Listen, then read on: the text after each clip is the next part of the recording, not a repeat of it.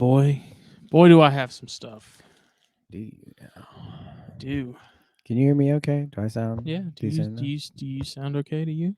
I mean, you sound better than I do in my headphones, but it's all that matters. Are you're turned up all the way though, right? I guess. Turned up enough. Oh, Oh, Kobe. big baller. Oh. I'll finish that one later. Finish that later. Got this new little wart to try out. If anyone's going to be in the greater Hilton Head and Bluffton, South Carolina area, I will be working at the Drew Estate Cigar event tomorrow night, Oh. February 17th. I'll be there from 5 to 9. Are you there representing Buford Tobacco? Yes. Nice. Raj needed someone to work. And I was like, all right. Get a little extra cash. I don't think it'll be super busy. No? I don't know. I mean, I could be wrong, and it could probably be like 4 hours of hell, but we'll I don't see. know, man. Those events I went to at Raj's place were always pretty freaking banging.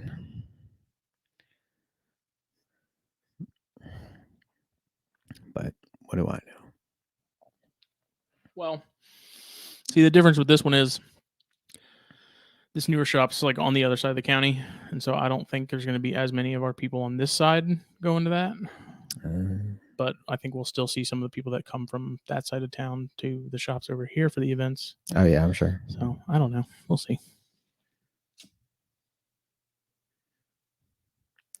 Nice. If you're also in that area and you want to come get some banging ass pizza, I work out a pizza place up there called the Upper Crust Monday through Wednesday. So there's also that. Got pretty good stromboli. You're the worst kind of people, you know that? Why? You come into a pizza place and you get freaking pasta. Stromboli is not pasta. What is stromboli? I don't even know what that is. It's some like type of pasta. like a calzone, except it's not a calzone. I've literally never seen that. Maybe I don't think you guys have stromboli. Okay.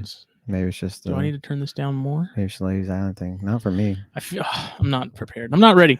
So I wasn't prepared. I wasn't ready. I should have had my cigar ready to go. You always light that thing up like as we start.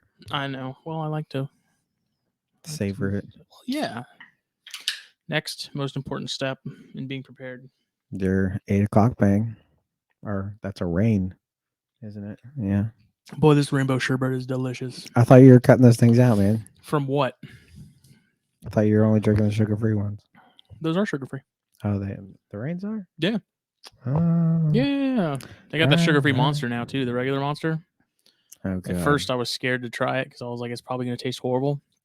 But Derek Dykstra was like, no, man, they actually did a really good job. And it does taste just like the regular monster. But it's 0 sugar. It's like 10 calories. I don't know, man. That white one it's so good. It's hard to beat. It's so freaking good, man. I wish they would make like a drink that tasted just like it, just without the caffeine. I don't even know what flavor it's supposed to be. I don't either. That's the but funniest it's part. Is delicious. like it's so good, but I honestly couldn't tell you what flavor it is. I don't think does it even list a flavor on it? I don't think so. No. Oh man, I drank those things just for the taste, but then they started giving me problems. So here we are. Yeah, here we are, episode 184 of the Herpetoculture Podcast, which is brought to you by BlackBoxCages.com. Check them out: Facebook, Instagram. You need a rack, you need a cage. BlackBox is all the rage. Check them out. You've been working on that one, haven't you? That's become like the one. We're in the process of... They're stacked with racks. Getting sort of plans together for an arboreal rack. Oh, man, that needs to happen. Well, see, those 20-quart tubs there. Yeah. I love those tubs. They're good, but I would like to see them a little bigger. Like how much bigger? Like the tub that I showed you. Ideally, for an arboreal rack, what size tub would you want? I remember I sent it to you one time and I pulled it up. I think it's like a... Not like those Christmas tree tubs. No, nothing like that. It's basically the next size up from that. Like, about yay. Like, yeah. Oh, I think it's like a 70 quart or something like that. Yeah, I think they do a 70. 70 or 80, something like that. See, I don't know. See, I like those. So I like to start out, if we're talking like baby rhinos and green trees, Yeah. I like to start out at 6 quarts, and then once they've outgrown that 20 quart lasts a minute. Yeah, no, it is a great tub. My only thing is like, for rhinos and conjures, that's one thing, but for something like, a rat snake or a carpet that's going to grow a bit faster, they're going to outgrow that pretty damn quick. So maybe carpets I not so think we're much, but kind like of rat snakes, we're sort of working on focusing on the like designing that with Right. sort of the slower, like more traditional arboreal stuff in mind. But what about guys like me like to keep the rat snakes in tall tubs? You just have there's to always Walmart. stick it up hours. I don't know. I think you could get like a solid amount of time though for like a young yellow rat, like a neonate yellow rat or something would go ham in one of those. Oh yeah, quarts. no, yeah, for sure. But I don't know. Yeah. I like those tubs. I also like them because they're not flimsy. Like it's a harder plastic, Right. and so like when you grab it with one hand, you don't get like the weird flex that you get with some of the baseline sterilites. So yeah, that's a good point. I sent that particular model to Jen because really, I don't think there's a handful of factors that people I think don't take into consideration when they think about why cage companies don't come out with new stuff all like regularly. And a lot of it I have come to find is all about availability of the actual tubs you're designing it for. Right. Like Walmart has those clear shoe boxes that I showed you, those nice acrylic ones. Like those would be awesome for a rack, like especially a conjure rack. Hey, right. But I don't think you can buy those in bulk. And I'm sure like if you were able to, sourcing those would be tough. You know what I mean? So like I don't think BlackBox could go and find out, wherever Walmart's getting those made and be like, okay, I need like 1,000 of these.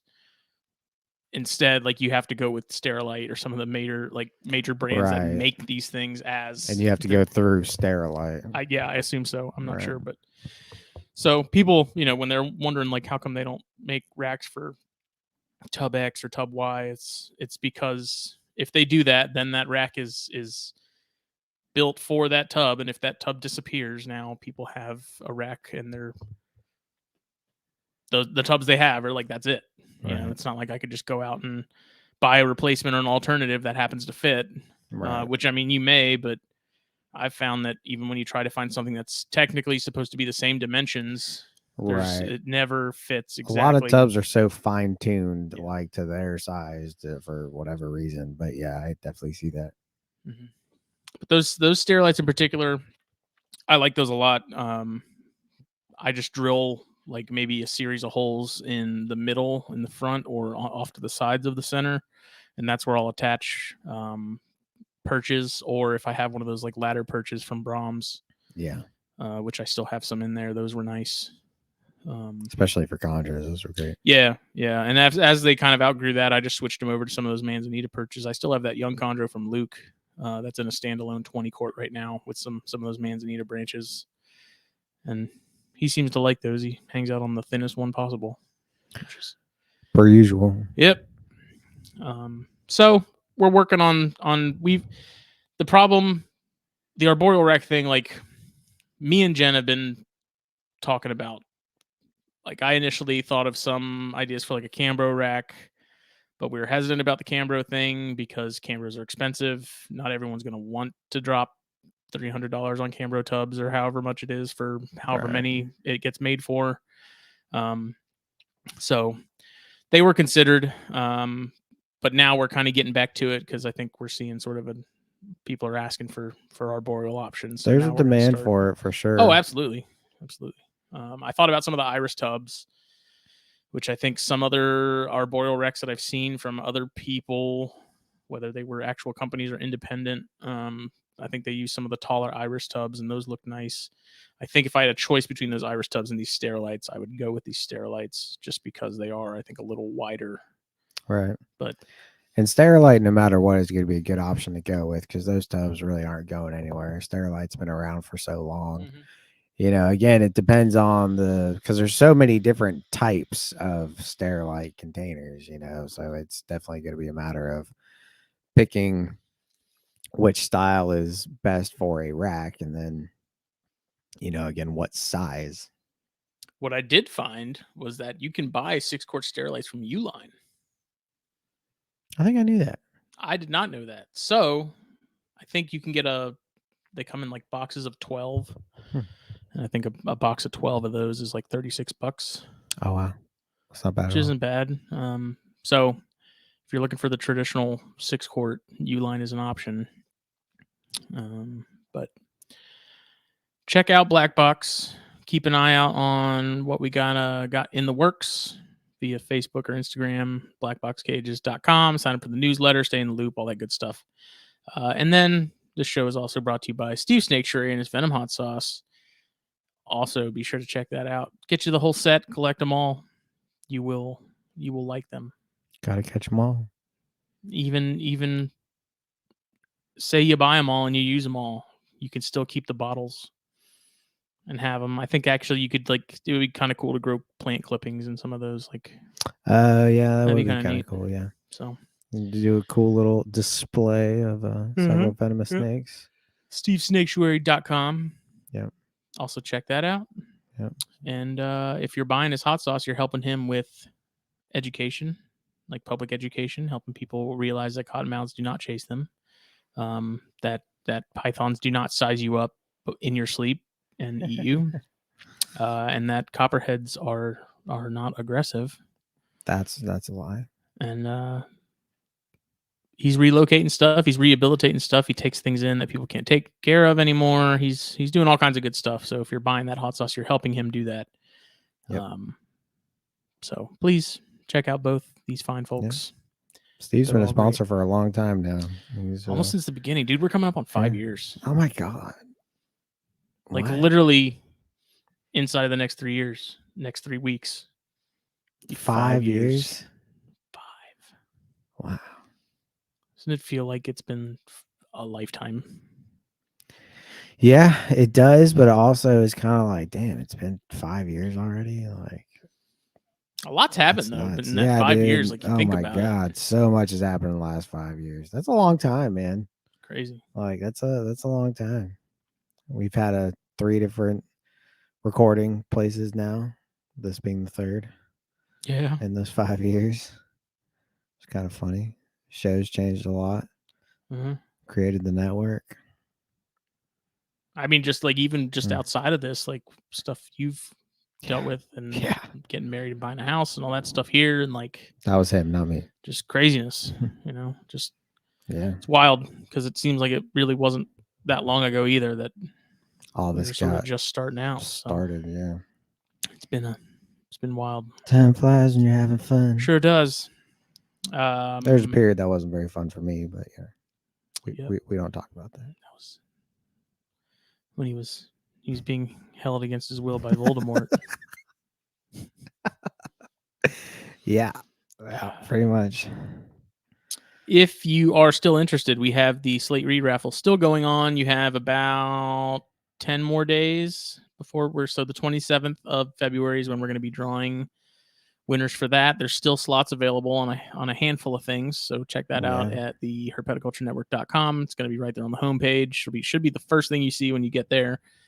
It has all the rules and how you enter and stuff there. Things are filling up, and I'm excited to draw for that because we've got some cool stuff. There's some things that are completely filled up now that slots aren't even available for anymore. Man, those black box cages filled up BlackBox quick. BioGs, man. Quick, man. I'm talking like, what was it? It wasn't even a week. Pretty much both of them were filled, wasn't it?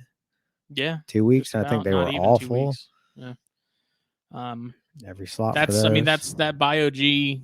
I know I've talked about it a lot. Like that's such a great and versatile size cage for all kinds of stuff. I mean, obviously you're not going to keep your monster arboreal stuff in those, but for things like rhinos and smaller chondros and raising some stuff up, I think they're perfect. Yeah, they're great displays for pretty much anything that can utilize some height. Mm-hmm. Like you said, it's not going to last a lot of your major arboreal stuff, but stuff like smaller arboreal geckos, lifetime.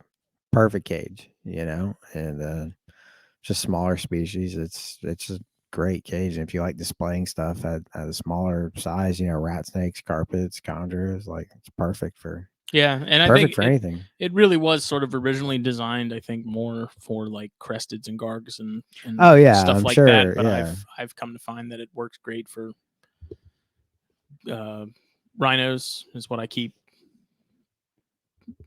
4 of my 5 rhinos are in BioGs. Mhm. 2 of those are adult size. I mean, they're not like full bore adult size, but they're living in those comfortably. They use the hell out of them.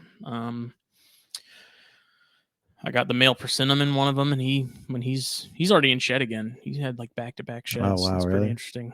So he's been Was the female rocking and rolling just oh as yeah, good? oh yeah. Nice, man. She's got some more size on her than him. Oh wow. But when he's not in shed, he's out and stuff all the time, hanging out and doing his thing. Yeah, so. I seen him last time I was over here. Just Great cages. out chilling. And so like our buddy Justin Olson, who lives over in Bluffton, who moved down there recently, he's got some basins that he wants to get some BioGs for, which I think would be awesome. I think that they have having the open side vents and stuff is perfect for things like that, for good ventilation.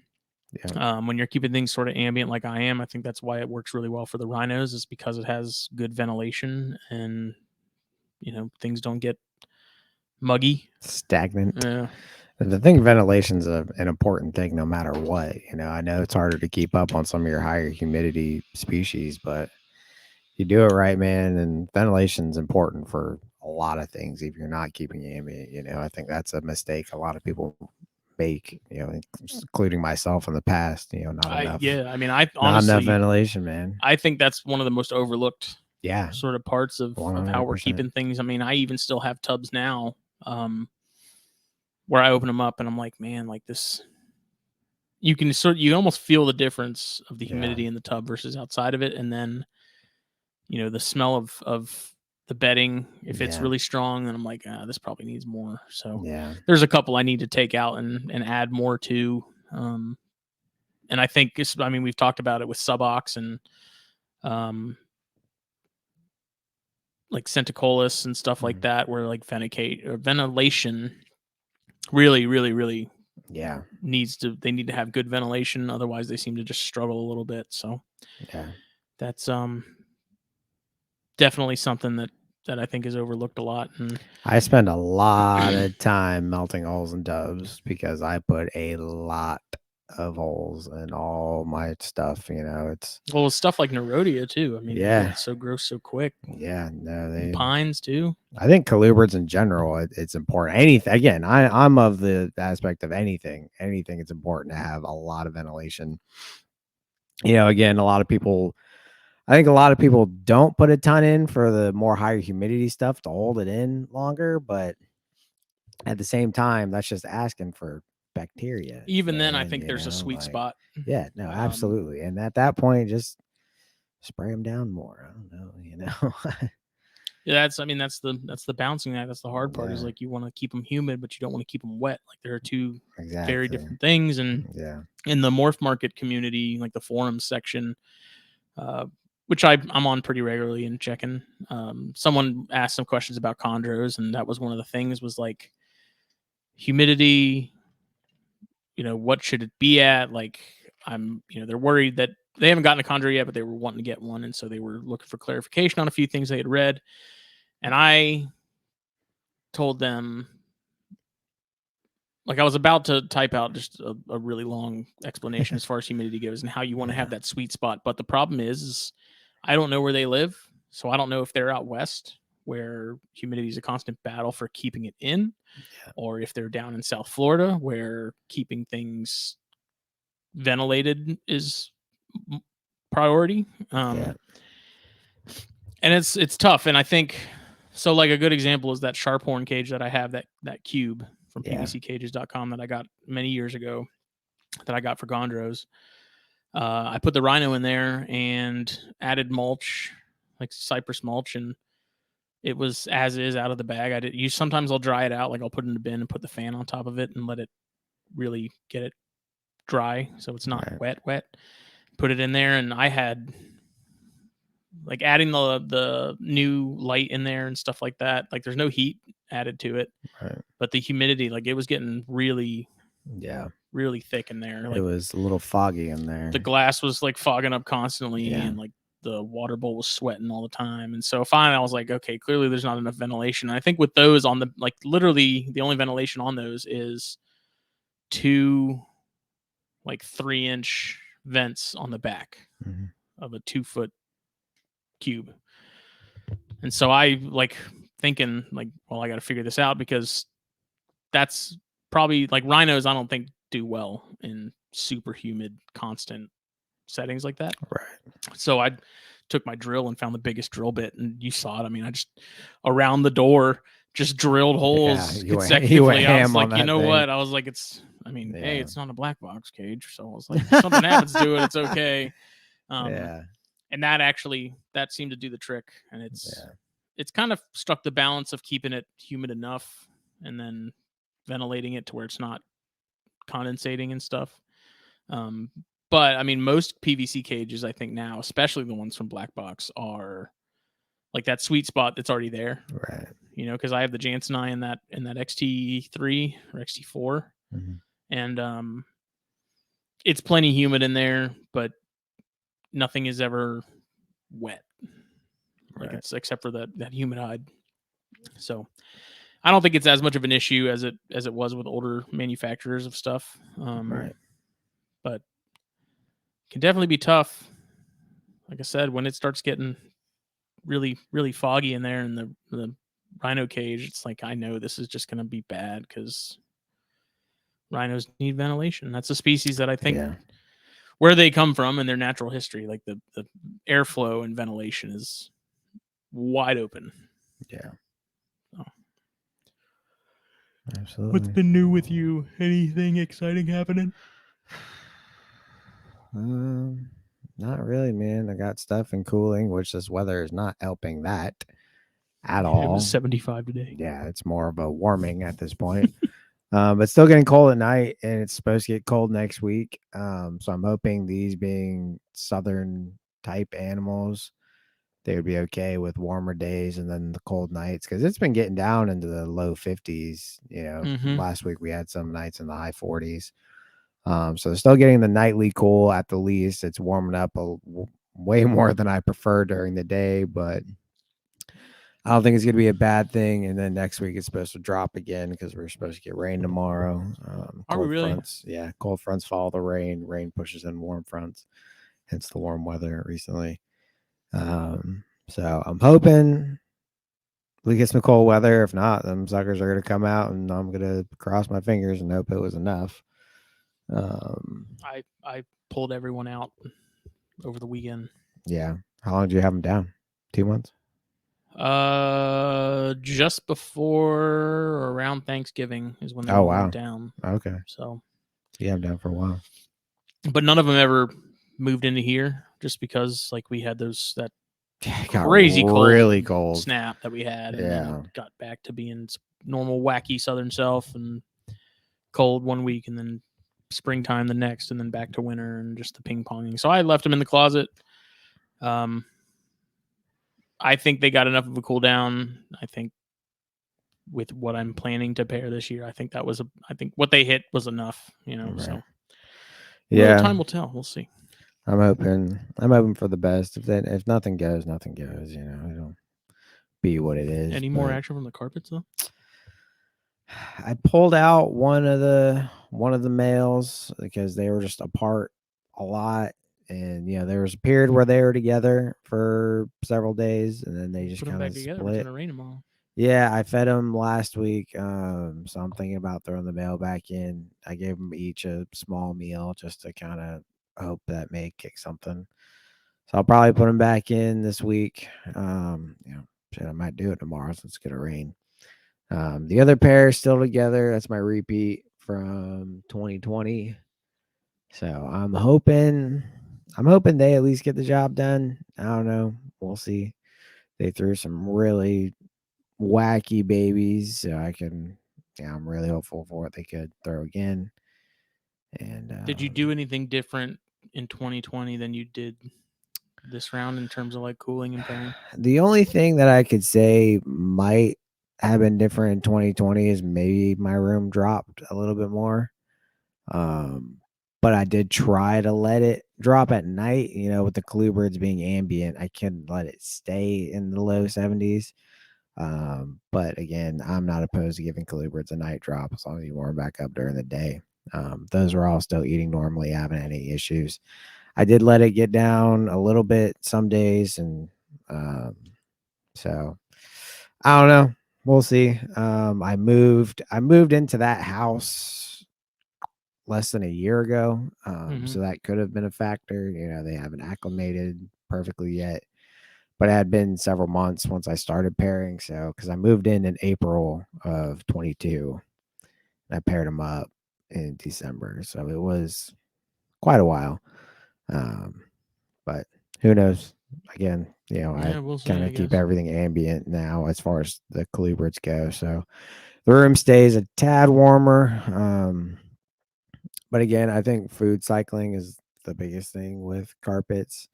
I know several people that, they just kind of let natural temp drops do their thing and they never turn off their heat, and they get fine clutches. So we'll see.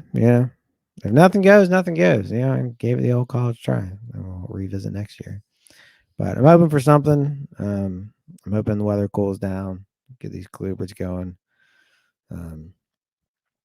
All in all, I could get, if I got a perfect year, I would get 5 clutches, which would be obviously more than anything I've ever produced. Doesn't sound like a lot, but to me that would be a lot and freaking awesome. 2 carb bearings, 3 colubrids. So we'll see.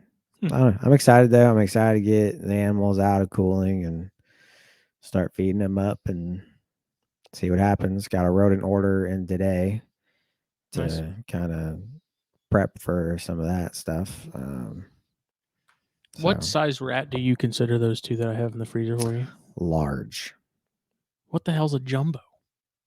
Those might be considered jumbos. I don't know. You'd have to look at the weight and weigh them, to be honest. I don't use anything bigger than a medium. I've used larges before for carpets, but then looking into it, I like kind of feeding.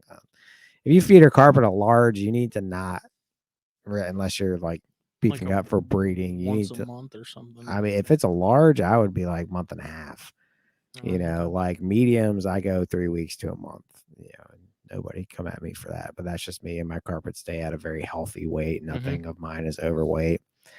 And then if I'm beefing up for breeding, I'll go like every 2 weeks on mediums. But I don't like shoving massive items down their gullet. So those will be good for the females. If either of them lay, I'll give them a couple mediums, and then that's kind of the size that I'm gonna be like when they retire. Like that was 2 extra males. Like I had gone through over the weekend and sort of mixed up the groups a little bit, and that happened to be 2 males that I just like. I think one of them was fighting with another male, and so I went ahead and separated them. Yeah. And then the other one, he was just kind of hanging out. And I was like, I don't have any need to put multiple males in a tub with females. Like, sorry, dudes. Yeah, no, those are big rodents. Those are bigger than anything I normally use. And again, I've kind of switched most of my carpets to quail now, as far as the adults go. But rats are really good for beefing up and postpartum, getting them back up to size. Because I tell you, man, dude, the last 2 times I've bred, those carpets look freaking deflated. Like that, you can tell that. I remember that smaller one. She didn't look horrible, but she was definitely. She didn't look horrible, but she was a little flappy. She was a little flappy.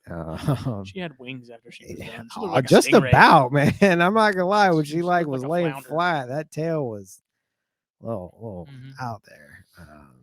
Remember that's how it was with that chondro when she laid. Yeah, like she didn't look.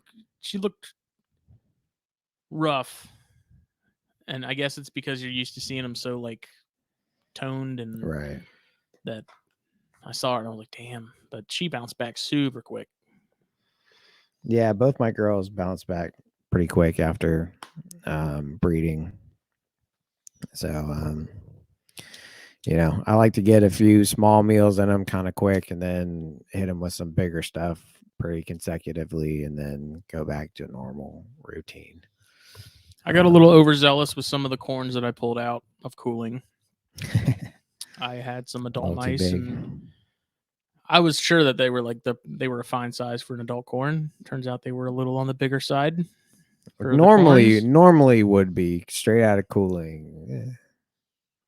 I don't know. I still it wasn't until they were like a third to halfway down that I was like, that's actually pretty big. Yeah. Because two of them regurged almost at the same time. So went a little too hard. I think I should have just started with some rat pups and kind of gone from there. But I was like, they're fine. Like I pulled them out. The ones in particular that regurged, I pulled them out of cooling before everything else because they were ones that I was planning on pairing, and I wanted to go ahead and get them up and get some food in them, and kind of set myself back a little bit now by doing that because I'm not going to feed them again for 2 or 3 weeks. Yeah. Just give them something small. We'll Wait a something week. small. Something small. So that's been fun. When you walk in, you smell that smell. Oh God, that smelly smell. That smells.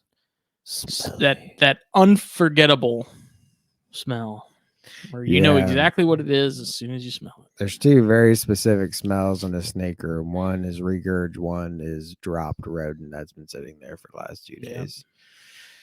I don't know which is worse. I almost think regurg is a little worse, but man, there's oh man. So now I pretty much check everything after it eats, just to make sure it didn't drop. I have those binder clips that are like red, and so if I have stuff that either like regurged or didn't eat, or if they're in a shed, or like there's some reason that I need to keep an eye on them, I'm like put that on the little tab on the tubs to lift up the lid, like on those individual tubs with the lids. Just stick it on there, and then I know sort of like, or if I have an animal that I know has a habit of sometimes not eating what's drop fed, marking them that way I know to go back and check. Because I've had a few where it's like they eat almost every time, but for some reason I put something in there and they just ignored it, and it's like 2 days later I'm like, what is that? It's like, oh yeah. I remember one time. So I drop feed my albino Florida male.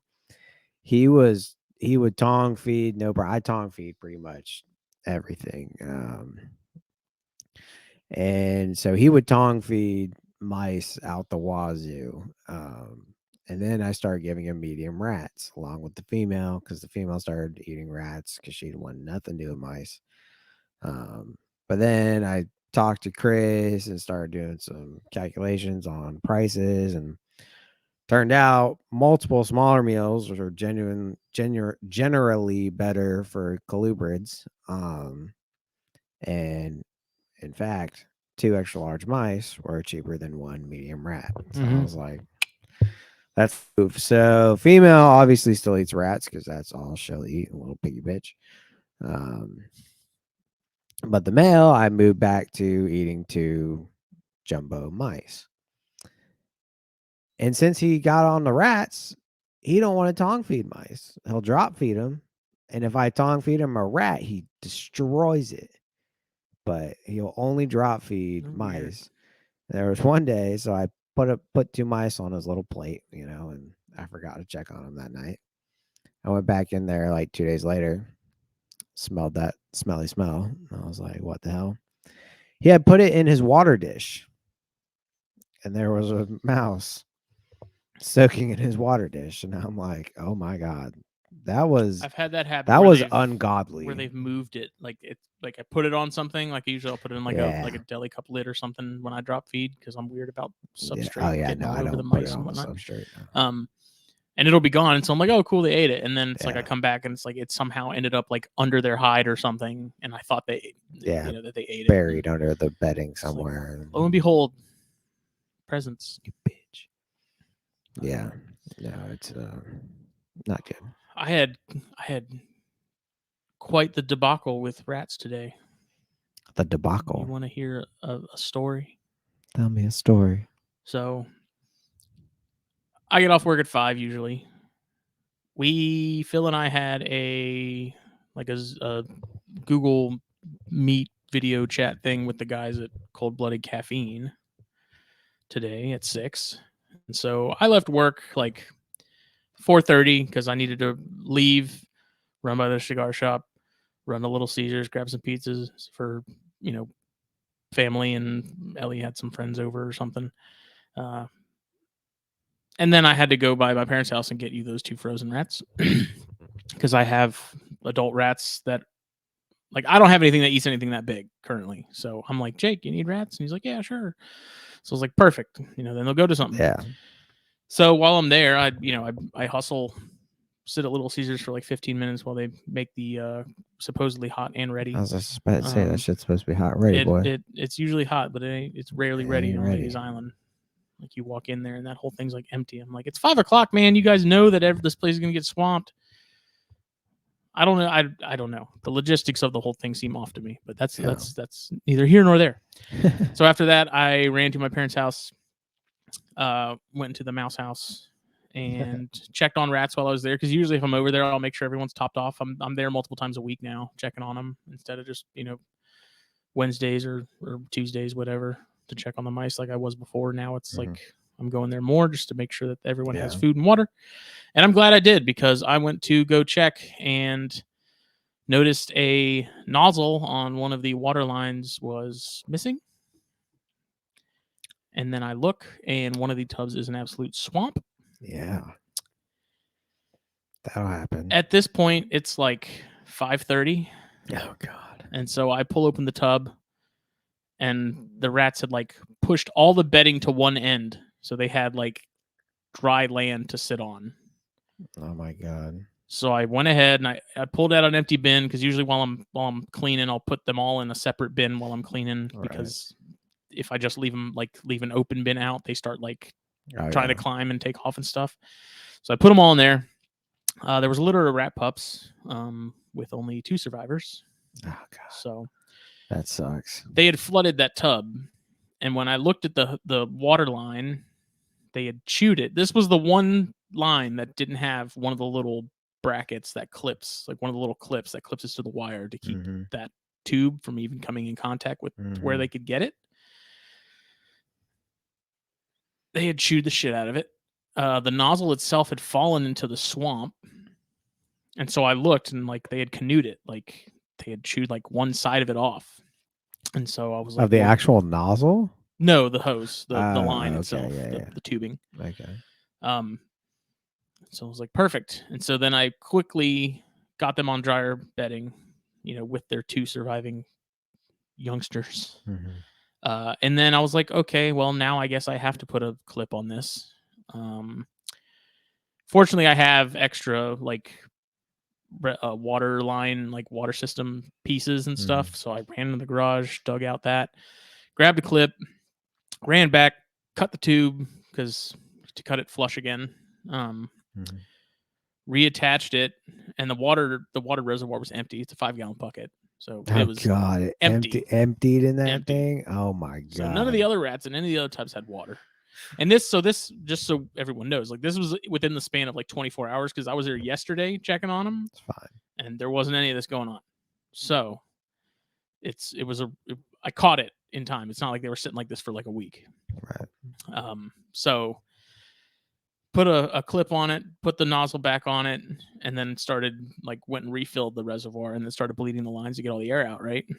So then I do that same tub, and I'm bleeding the line. Nothing's coming out. I hear some air, but that's it. Go to okay, so then I'm like, all right, well, I'll just go to the very bottom one and bleed that, because maybe that'll help pull the air. If there's an air bubble or something in there, maybe that'll help pull it down, and then it'll fill that line that's giving me problems. And so I got those 2 fine, no problem. And so then I go back to that one, and this is it's 5 or 6 tubs. This is the 3rd or the 4th one down. So I'm bleeding it. Nothing's happening. So then I because this particular reservoir doesn't have an off, I don't have any way of cutting it off and doing it. So I have to put a kink in the tube, take the nozzle off, and I like let it go to make sure like water's actually running through that and that there's not some sort of blockage, because I kinked it and I pulled the nozzle off and there was like this jelly Vaseline looking stuff on the end of it. And so like I flicked that off and put it back on, thinking maybe that's what the blockage was. So then I bleeded some more. Nothing's coming out. So I'm like, well, what the hell? So then I take it and I kink it again and take the nozzle out. Well, now like a chunk comes out of the hose of the same jelly stuff. And so I'm like, okay. So then I do the same thing like 2 more times, like unplug it, flush it, put it back in, bleed it, just to make sure it's not the actual nozzle that's clogged up now. Because water was flowing from the tubing, no problem. So I finally figured it out, because like the third time that I kinked it and let it go to let water shoot out, like another chunk of that came out. So what I'm fairly certain happened is that tub of rats, that line was clogged and they weren't getting water. Yeah. So they chewed the hell out of that line to get to the water. But by doing that, they caused too much water. It opened the entire system up and the entire tub flooded, which meant none of the other tubs got water. And so I fixed it now, and like I got home, I think like 5 minutes till 6. So I had to like eat real quick, hop on this meeting, and I got it working and I got everything filled up again. But now like my project this weekend is going to be I'm going to replace that entire line, because if that one's clogged up like that, there's probably a good chance that the other ones have some of that going on too. Yeah. And that's an old line, so it wouldn't really surprise me. I don't know how long it had been on that rack until I got it. But fortunately, I have enough extra stuff to pretty much make an entirely new system if I wanted to, like new reservoir and everything. Right. But dude, like I kept bleeding it and nothing was coming out. And I'm like, what the fuck? But so then I'd go up to another one and I'd test it and everything was fine. Like the rats were going crazy because they were thirsty, you know? Yeah. So they were drinking. And so I'm like, well, what gives? And that weird, like that jelly stuff, dude. I'm like, hey, where does that even come from? Like, how long has that been building up in there? So I have copper in the reservoirs. Like I've at this point with the buckets, I've gone and found like a 2 or 3 inch copper coupling and just put that in the water instead of like pennies and small stuff. Like a whole coupling just goes in there. And I was hoping that over time, like that would help kill off through the line, eventually kill off all the nastiness, and maybe that's what it is because this has copper in it and it has for a couple weeks now. Like all that sort of gunk and slime is starting to like condense into certain areas. But honestly, aside from the reservoir system that I just put together where the lines are like brand new, it's probably time to go through and just replace all of them. And I have spare joints and like T sections and stuff to line everything up. And what I may do is just take those and soak them in like white vinegar or something to really get the crud off of them. Right. But dude, it was like hurrying, trying to get everything squared away, and like I'm almost done, and then nothing was coming out of that line. I'm like, what the hell? Yeah, that but sucks. I got them squared away, and it was one of those things where I was like, okay, maybe I can just leave them and I'll come back after we're done. And I was like, I don't know when that's going to be, so just went ahead and got it handled. And yeah, that's I know we've talked about feeders and stuff in the past, but like I care about my feeders, man. Like especially the rats. Like honestly, if you came over and saw the rats, you'd probably get attached to them too. Yeah, that's like, I don't know euthanizing those 2 adults. I felt bad. Yeah. But I mean, it was quick. It was painless. I gas them. So it was as humane as I could possibly make it. And but it sucks because they're curious enough to where if you walk up and you look over like through the mesh into the tub, like they're all sitting there looking at you too. And as soon as you open it, they like take off. So they're curious, like they genuinely like want to see what's going on. Rats are smart, man. And they've been producing, dude. Yeah. Yeah. That's good. So it's real good. Now you're going through some food with all them things. Yeah, I went through. So that first like 3 or 4 weeks, between them and the mice, I went through 100 pounds of Calmback 250-pound bags. Jesus. And it's what Jeff and Kendra have been using for theirs because I can't find anything locally anymore. You ordering it? Yeah, it comes off Chewy. It's like $36 a bag. It's not horrible. Yeah. And it works, if like I have it on auto ship right now. I haven't really found the sweet spot for scheduling to where it arrives consistently, like so that when I run out, it's there. Right. But I mean, I've been happy with it so far. Nice. I need to build another water system I have like my maternity rack. It's basically like when I have a female in a group when I'm cleaning on the weekends and she's clearly gravid, pregnant, whatever the word is. I'll go ahead and separate her, and usually I'll take like another female and put her with her that way, because you do have like wet nursing that they'll do. So like one female will help feed the litters, even if it's not the mom necessarily. Right. They'll help take care of the babies. So I'll usually put them there together. And because I mean they're rats, they're social creatures, like I don't want to leave them alone with the babies, and it seems to work out pretty well.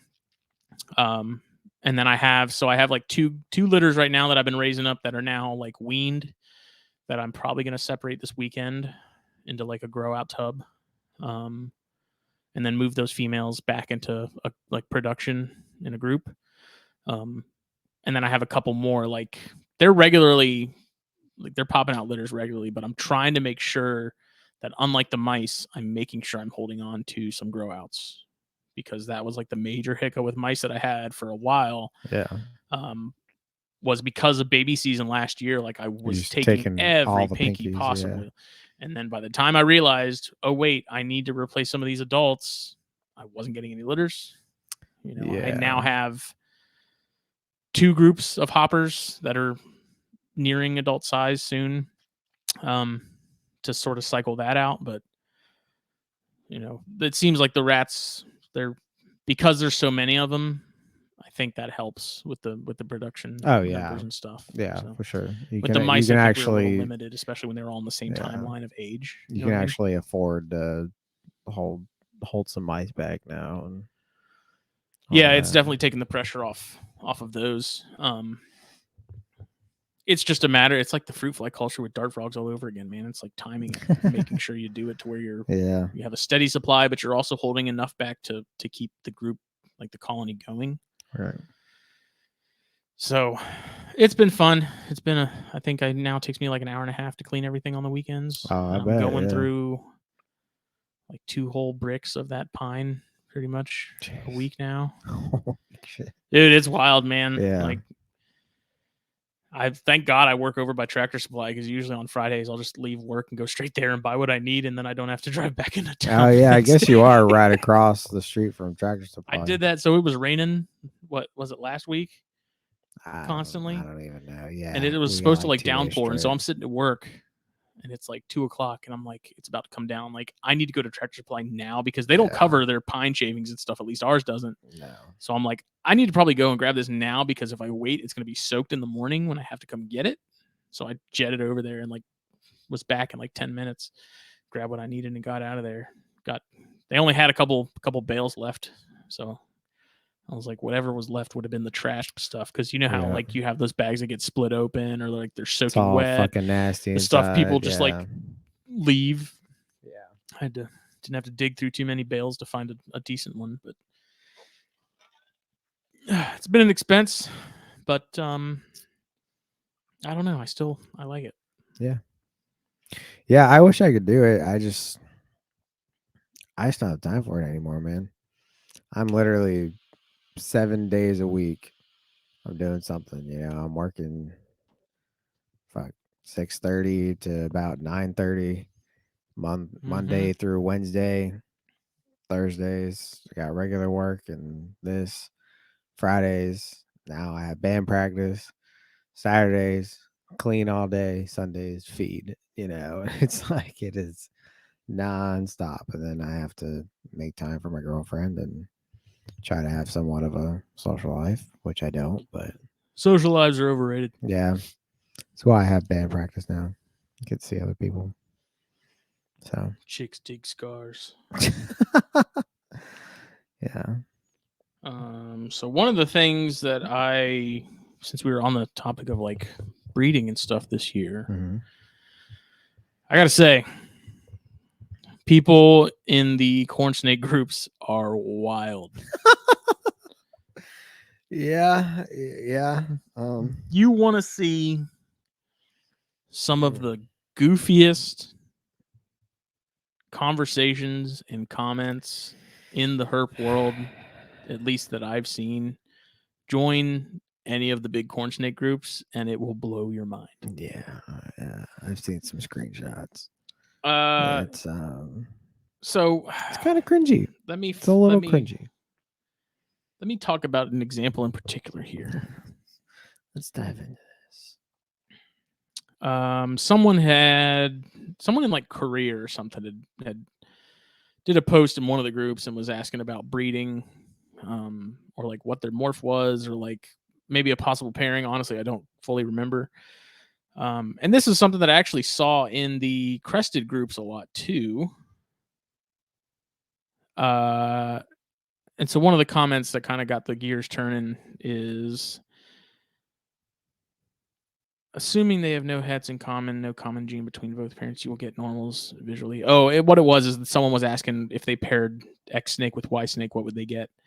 But this person said, you should not be trying to breed if you do not understand genetics, as you have to be able to correctly identify the offspring to sell them. Normals can be very difficult to rehome, as there are so many already in the industry produced as byproduct. You will most likely have to give the offspring away, as most people want the cooler morphs, which means you'll have to spend your money to travel to expos, rent a table, or to buy shipping supplies if you plan to ship them. Most pet stores will not take reptiles from private breeders, as they only work with their approved distributors. That's a lie. You may find a small private-owned pet store I mean, yeah, not chains, that will take but a few if you are lucky, and rescues are relatively full. Also, keep in mind that breeding should only be done. Oh, wait.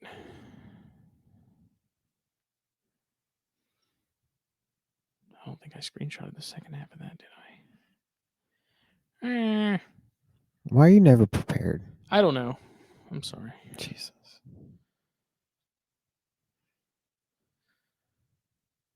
But basically, it was like a laundry list of like, you shouldn't breed, and here's why.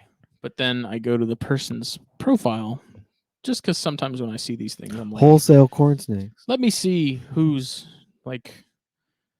I got to see the person who's saying these things because I need more context. And they breed corns.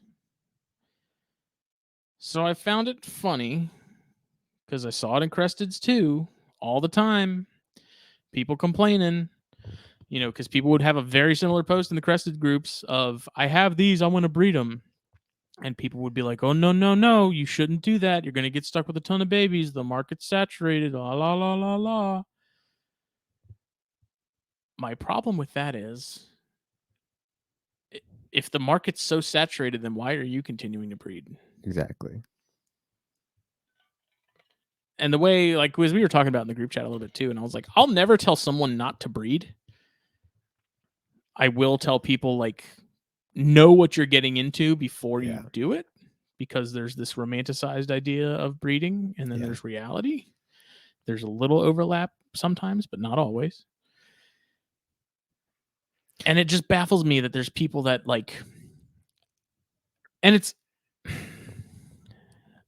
when I see that stuff and I see the person that's saying that and I look at their profile, they're the ones that are breeding every year. It looks like they have a page that you can check and see, like they're producing stuff on the regular each year.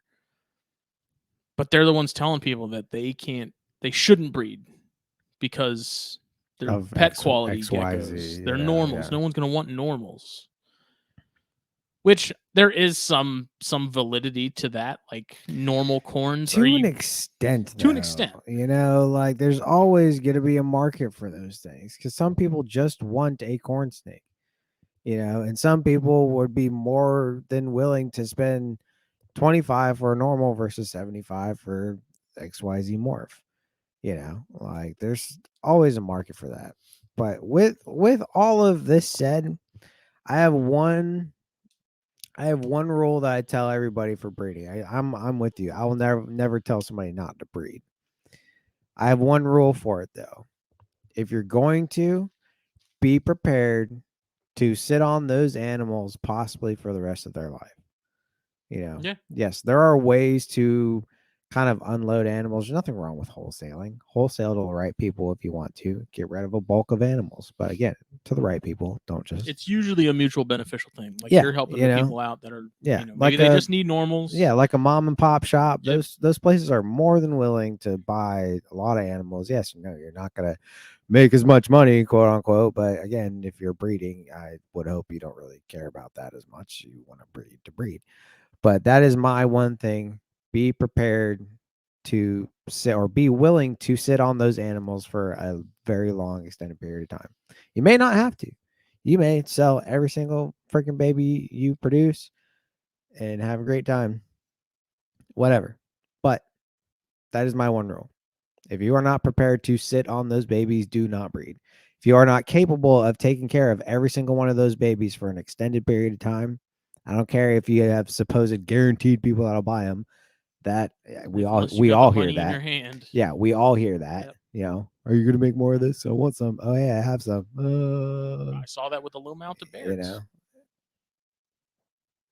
And it just be like that. You got to be prepared. A lot of people wanted low mounted bears, Yeah. and then when I had low mounted bears, Crickets. and I messaged those same people, crickets. Nothing. Yeah. But not that I bred those low mounts because people were like, "Dude, I'll totally buy one." I bred those you low were mounts you were already sitting on those for a minute. I was ready. Yeah, and that's why that's why I work with majority like $100 animals. I don't work with a bunch of high end stuff. I do it. Handle the pressure. I do it. Bred chondros. I do it because I love it. Okay, look, I got some higher end hog noses. All right. Oh, screw off. Okay. But my apologies. Yeah, shut up. But no, that's literally my one thing with breeding. Again, I'm with you, and I will never tell somebody don't breed. But if you don't have the time or space to take care of those animals long term, then I would suggest you not do it. It's kind of similar to people who are like, I don't know if I should have kids or not. It's like, well, okay, here's what you should be prepared for. It's like, are you prepared for that? Yes. Then have a kid. That's the other thing. Do you want a kid? Right. Like if you're not sure, well, maybe wait. Again, and that's almost a perfect example. Like there's no pressure on having a kid super soon. There's no pressure to breed super soon. If right now, like, oh, I'm kind of in between houses, I'm trying to move soon, I want to breed these, blah blah. Wait a year. Wait till next year. You don't have to do it now just because they're there and they could. It's just could and should are two very different things. I think there is sort of like this weird unspoken pressure. There is that people have. Like there is, especially if you're in kind of our sector, because we talk to breeders. And some of our best friends, people we call family, breed a lot of snakes. Mm-hmm. So if you communicate with those type of people, yeah, even though it's not like a spoken pressure, it's not a, hey, you need to do this right now. I understand it. If you talk to a lot of people who breed, that's all you want to. That's all you want to get to. Yeah. Yeah. Exactly. All your friends are doing it. Everyone else is doing it. Yeah. I want to do it. So I should too. But it's one of those things too, where it's like even in that conversation, like that, on that note, like I don't feel like I can really have much of a say because it's like I could totally take a year off. Yeah. I don't want to. Yeah, exactly. But that's the thing. You could take a year off if you wanted to, but you don't want to. But you are also capable of handling said babies that you get. Mm-hmm. You know what I mean? Like you don't have to. Me, I technically could have been trying to breed these last 3 years. I haven't had a clutch since 2020. I had a clutch in 2019. I had a clutch in 2020. Nothing ever since because I was not in a stable place. I knew things were going to be changing. Too many things were going on in my life. You can't force those things. If you force yourself to breed, or again, you can't force your animals to breed. They may do it. The animals are the ones that pay the price. Ultimately. exactly. Because if you're again, I used moving because I moved a lot Mm-hmm. the last several years. And because of that, it was not good for me to be breeding. Could I have possibly gotten another clutch or two sometime in that period? Probably. Almost probably, definitely. But I didn't, because ultimately my animals could have suffered. Now they are in still great health. But I think that's partially because I didn't try and push them. I didn't try and push myself. That's also on me because I did not have the time. Sometimes I had the space, but I did not have the time to deal with breeding and babies and taking care of those things properly. So I didn't. It's as simple as that. There's the pressure doesn't need the pressure is only there because of you. There's none of us are going to be like, you need to breed that right freaking now. You need to breed. No, you're never going to hear that from any of us. And that's why sort of in that, like when it comes to, I ask in the group, like, should I pair the Loma ounces or should I pair the hypo to the female Loma? And it's like, yeah, getting your friends' input and stuff is cool, but at the same time, you should pretty much ignore anything they say because it's like, unless they're going to praise them for you or buy them all, like, does their input really, like, they're not going to be the ones having to take care of it. It's easy for them to say, yeah, pair everything. Yeah, pair them both. They're not going to be the ones that have to take care of all the babies. Yeah. Like, getting advice and sort of perspectives and stuff is great, but yeah, like listening to your friends in that regard of being like, I don't know what I should pair, and they just go pair everything. It's like, ignore that. Yeah. Ignore that. Unless that was already your plan, like, but I guess in that case, you're not going to ask for advice because you're going to do it anyway. So what's the point of that?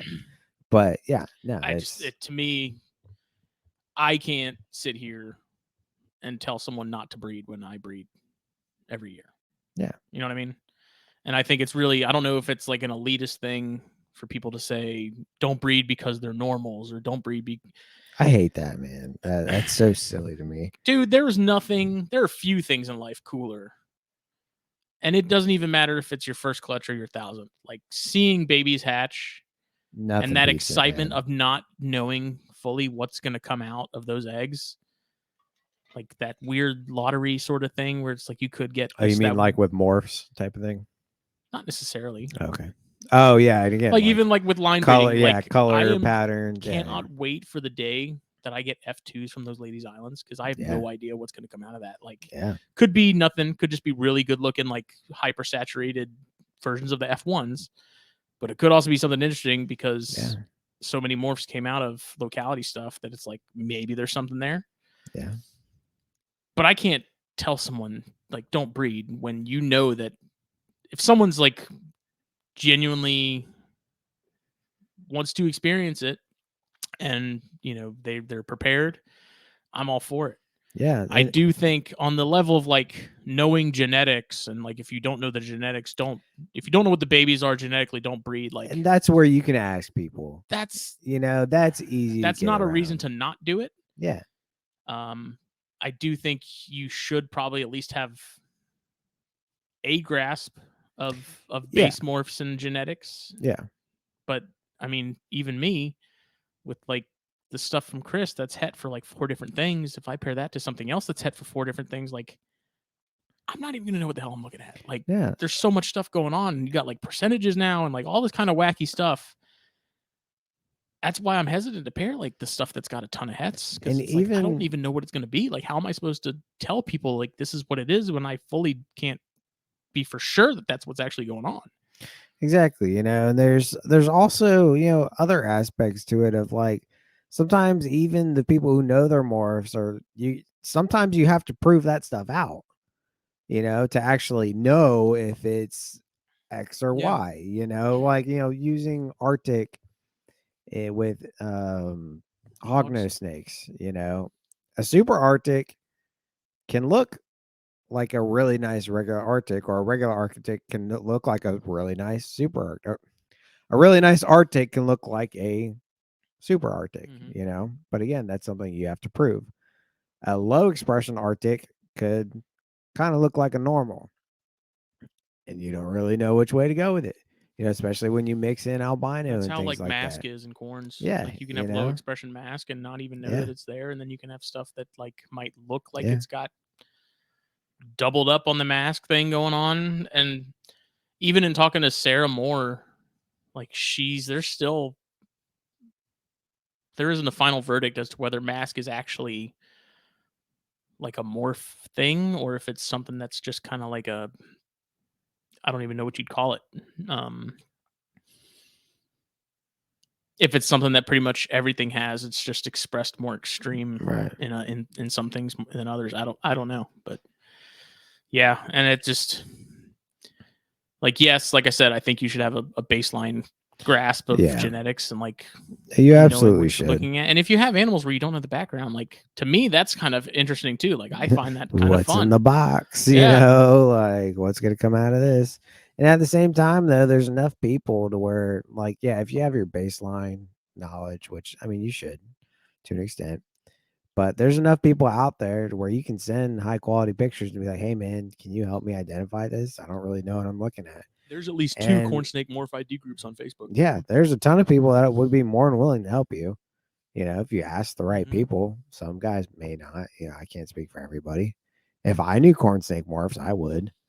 You know, I don't because honestly, like some of them, like the markers are so subtle. Yeah. That I'm like, if it's obvious and it's something single gene, double like caramels or something, like okay, but you start getting into like the het cinders and like masks and because like the belly pattern on mask is different from regular. I don't know. It's just there's small stuff. I'm like, I'll just sit.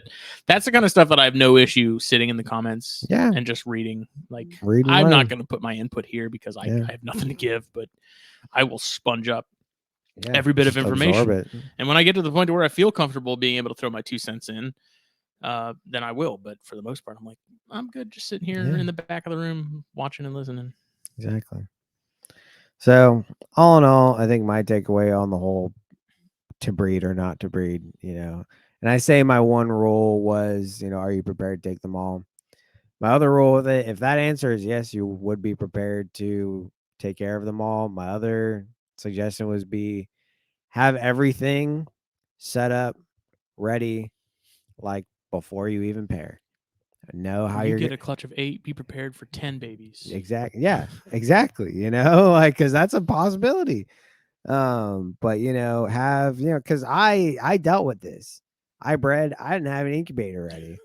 The first time I bred, I had to call Justin. I need you to come here now. How are you gonna drive these help. over here? Help. Like I got eggs. I don't have anything to put them in. I need to use yours. You know, and I learned from that. I bought an incubator before I even bred the next time. You know, it's been sitting at my house for years. It's been used once in 2020. And it's been sitting ever since. You know, and have your baby setups ready, whether that's just a couple standalone tubs, you know, whether it's a rack, have that shit ready, man. You know, ready to rock and roll whenever you get them, you know, because last thing you want is a bunch of baby corns or ball pythons or carpets and nowhere to put them.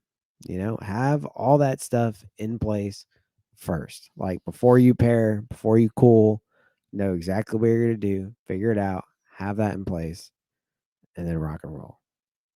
So that's two things. And going back to like the normals thing, like that was something with cresteds that always drove me crazy. Is people like there's pet quality cresteds and then there's breeder quality. Shut the fuck up. Pardon my French, but I hate that. That is like one of my biggest pet peeves. It's a living thing regardless. So whether it looks good or doesn't, you still have to take care of it. And then it was like I learned. I mean, prime example, like when I had the gray bands, some of them they weren't locale specific, and I was like, these are going to be a tough sell because locale is like all the rage with gray bands, right? The generic gray bands sold before everything else. Yeah. And you know what it was people just wanted a gray band. They didn't care, you know, they didn't want a $300 Christmas Mountain or whatever. Like they just wanted a gray band because it looked good. And that's it. I was selling them pretty cheap. Most of them were eating. There was a few that weren't, and those ones I sold even cheaper and told people, like, just know this thing is not eating regularly. Like it's very hit or miss. And most people were cool with that. And if anything, I think that goes to show, like, not everyone who wants a crested wants a freaking lily white or a cappuccino, which honestly, the cappuccinos look horrible. I don't know if you've seen them. They look No. bad, but for some reason, at least a couple months ago, like everyone and their mom was like cappuccino. Now it seems like they've kind of fizzled out. Right. They look horrible. Lily whites are nice, and it's like, yeah, if I'm breeding, like when I was breeding cresteds, I put some money into the breeders because I wanted to produce, equal quality babies to hold back and to sell and stuff. And then it's like, not everyone wants the highest end thing. Like some people just want a crested. It's like They you don't care if it's realize, brown and yellow. Like, yeah, like you realize using pet quality, you realize there's still a lot of people who just want pets. Like that's it. That's why I hate that term pet quality. And like this whole thing goes back to something in a corn snake group somebody posted years ago where they got their first clutch and it wasn't even the only baby they got. But the first baby out of their clutch was a normal. And they were genuinely upset. Upset. And it made me angry. Like, how dare you? Instead of being like, I just got a clutch, first baby's out, blah, blah. You're like, it's normal. That type of person shouldn't breed. That made me beyond angry, Phil had like, something similar happen with someone and oh some my ball God. pythons. Like they bought some adult balls and came in like weeks later with a bunch of babies and like threw them down on the counter and was like, none of these are what was supposed to hatch out. That's the thing with morphs, Like, man. I was told that these were het for this, and none of these show that. That And was like upset. Like genuinely, like walked into underground and was like upset. That's just that the ball pythons she brought from them were not het for albino or whatever it was. That means absolutely fucking nothing. Especially when you're working with hets, like even if it's incomplete, the only oh my gosh, because like that's how morphs work. Yes, if you're working with something incomplete dominant, you are very likely to get at least a few visuals. Will you get it? 100% no, you won't. Your entire clutch could look fucking normal. And that's just the name of the game. That's how it goes. It's happened to a lot of people. They'll have thousands of dollars invested in these ball pythons and they produce a bunch of normals. It can happen. People will put. Well, that's like the whole byproduct thing Yeah. that comment earlier said. It's like those, normals are sold as byproduct. It's like, yeah, it's like, no, dude. It's maybe like, for people that are buying them as feeders, but even then, yeah, it's just it just irritates me.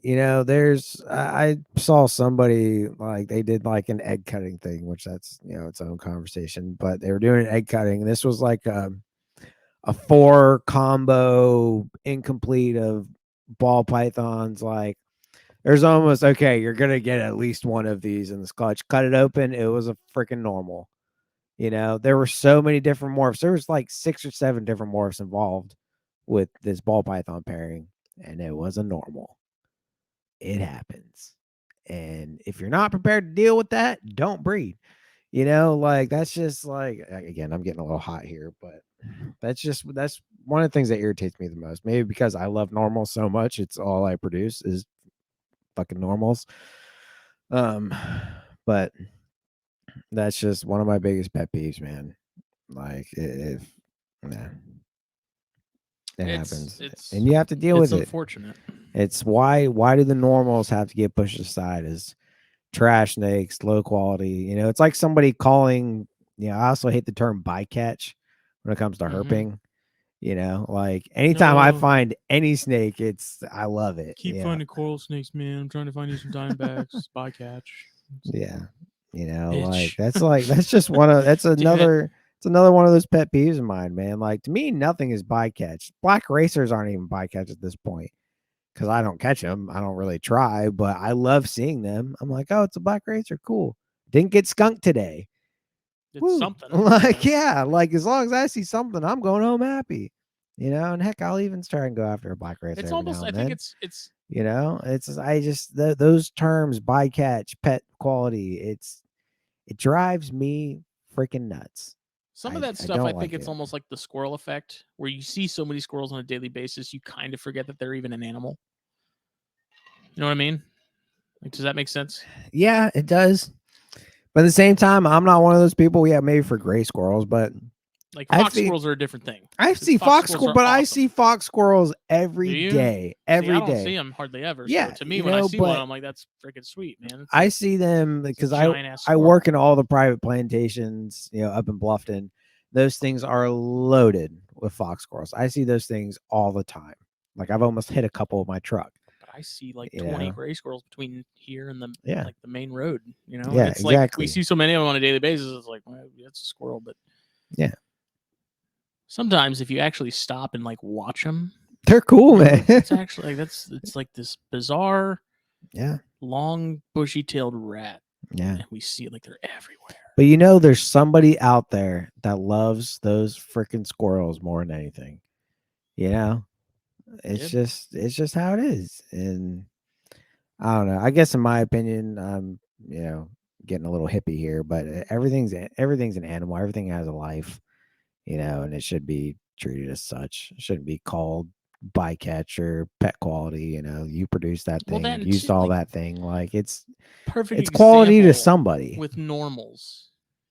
You produce normals. Guess what? There's some kid somewhere that would absolutely love Yeah. that normal to death and give it the best life it Yeah. will ever have.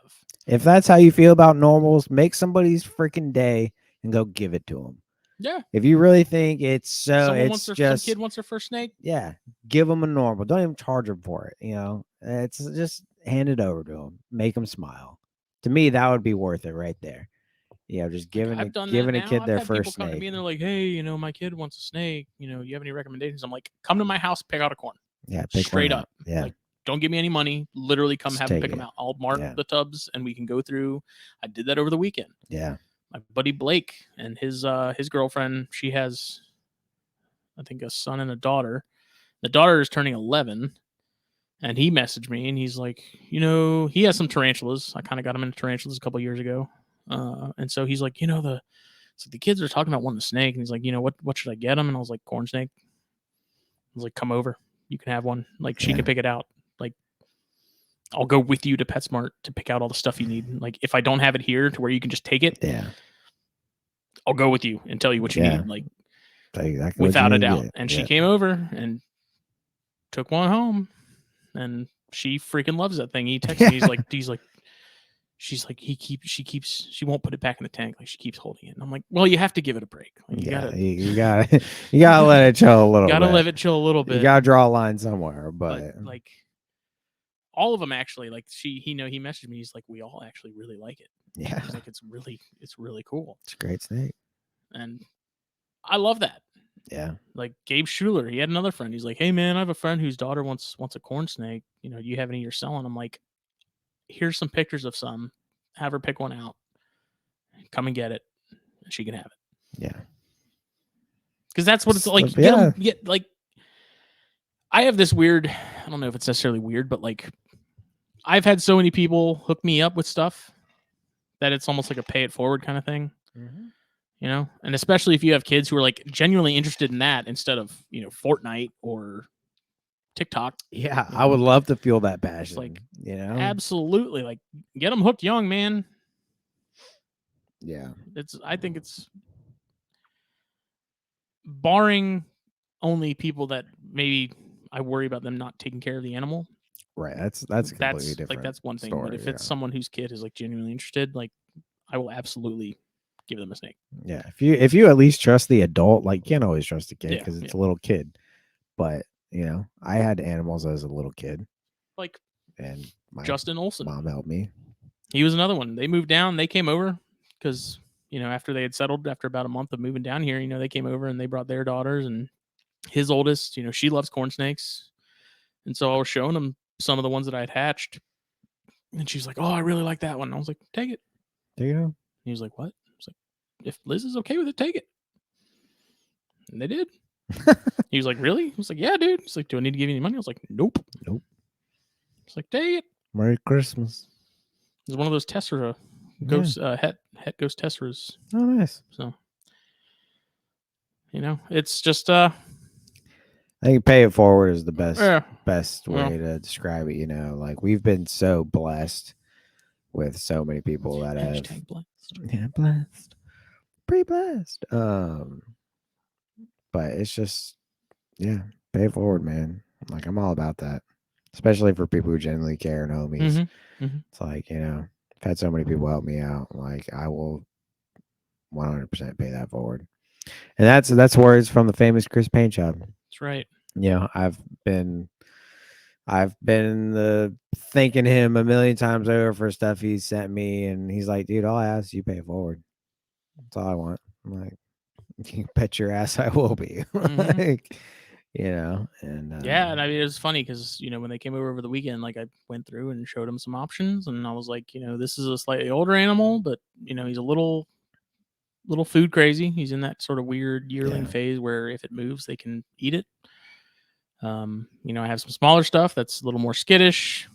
I have some slightly larger stuff that's much more relaxed, and I showed him an adult. I pulled out Absinthe, that Ghost Tessera, and I was like, this is an adult. This is a female that's bred like 3 years running, and like it's totally manageable. Told him, I was like, get a 20-gallon, it'll be good. Yeah, like for life. That's way too small, dude. Some people may. It's way too small. That's an entire other topic. How dare you suggest that on this podcast? She took a yearling with her, so she didn't get an adult. But it's cool, man, because it made her day. She was pumped. And I'm all about just making somebody smile, man. If I can make somebody happy, we're not in the business of making money. No. We're in the business of making smiles. That's why we do this podcast, just to make everybody smile. So, and that's why, like, when I see this stuff on the groups of like, you shouldn't breed because you're not going to be able to get rid of any of this stuff, and it's like, yeah, if you're new and you haven't bred before, don't go breeding 5 different pairs. Yeah, start small. Start with one if you want to dip your foot into it. But dude, I am so sick of the negativity in this hobby. We're kind of talking about it a little bit today in the group chats, and like, this is your circle matters, man. Yeah, man. Like, this is an outlet for a lot of us. This is an outlet, somewhere we can escape, whether it be in our snake rooms, talking to other snake people, talking to your homies, whatever. At least for me, it's an escape to kind of get away from all the other BS life has to offer. Aside from more stuff, something I can do that isn't work. It's not something I have to rely on to survive. It's just something I genuinely enjoy.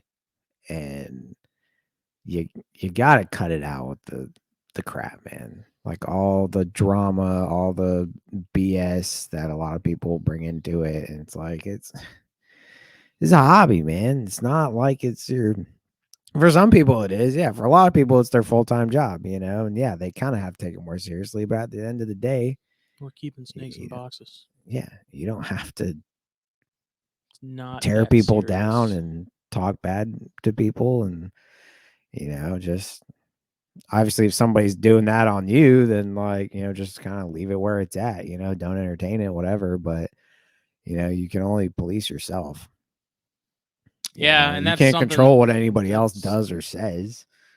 Like the whole, I hear a lot of like, oh, we need to start policing the hobby better. No. It's like, no one actually does it though. No, and everyone talks about it needing to happen, but it never actually happens. Like, no one does. It's not going to matter. Like, even you saying, hey, this guy's an asshole, isn't going to make him just disappear and stop. That's the thing. Like, yeah, everybody's like, oh, we need to police ourselves. No, police yourself.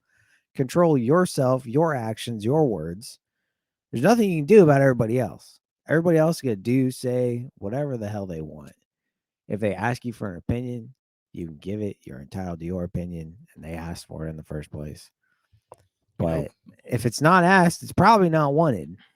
The Podfather says vote with your dollar, but it's not just that. I think it's vote with your follow, vote with your like. Yeah. Especially the people that are much more public with the bullshit and free handling and stuff. It's like if you don't give it attention collectively, then the only people that are remaining in terms of watching them and what they do are the people that aren't in the hobby and are just there to see them when they're in the hospital. Yeah. So.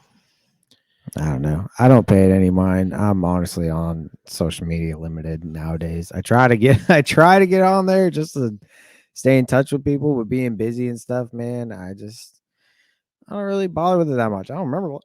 Oh, excuse me. I don't remember the last time I posted on my Instagram. It's been probably over a month.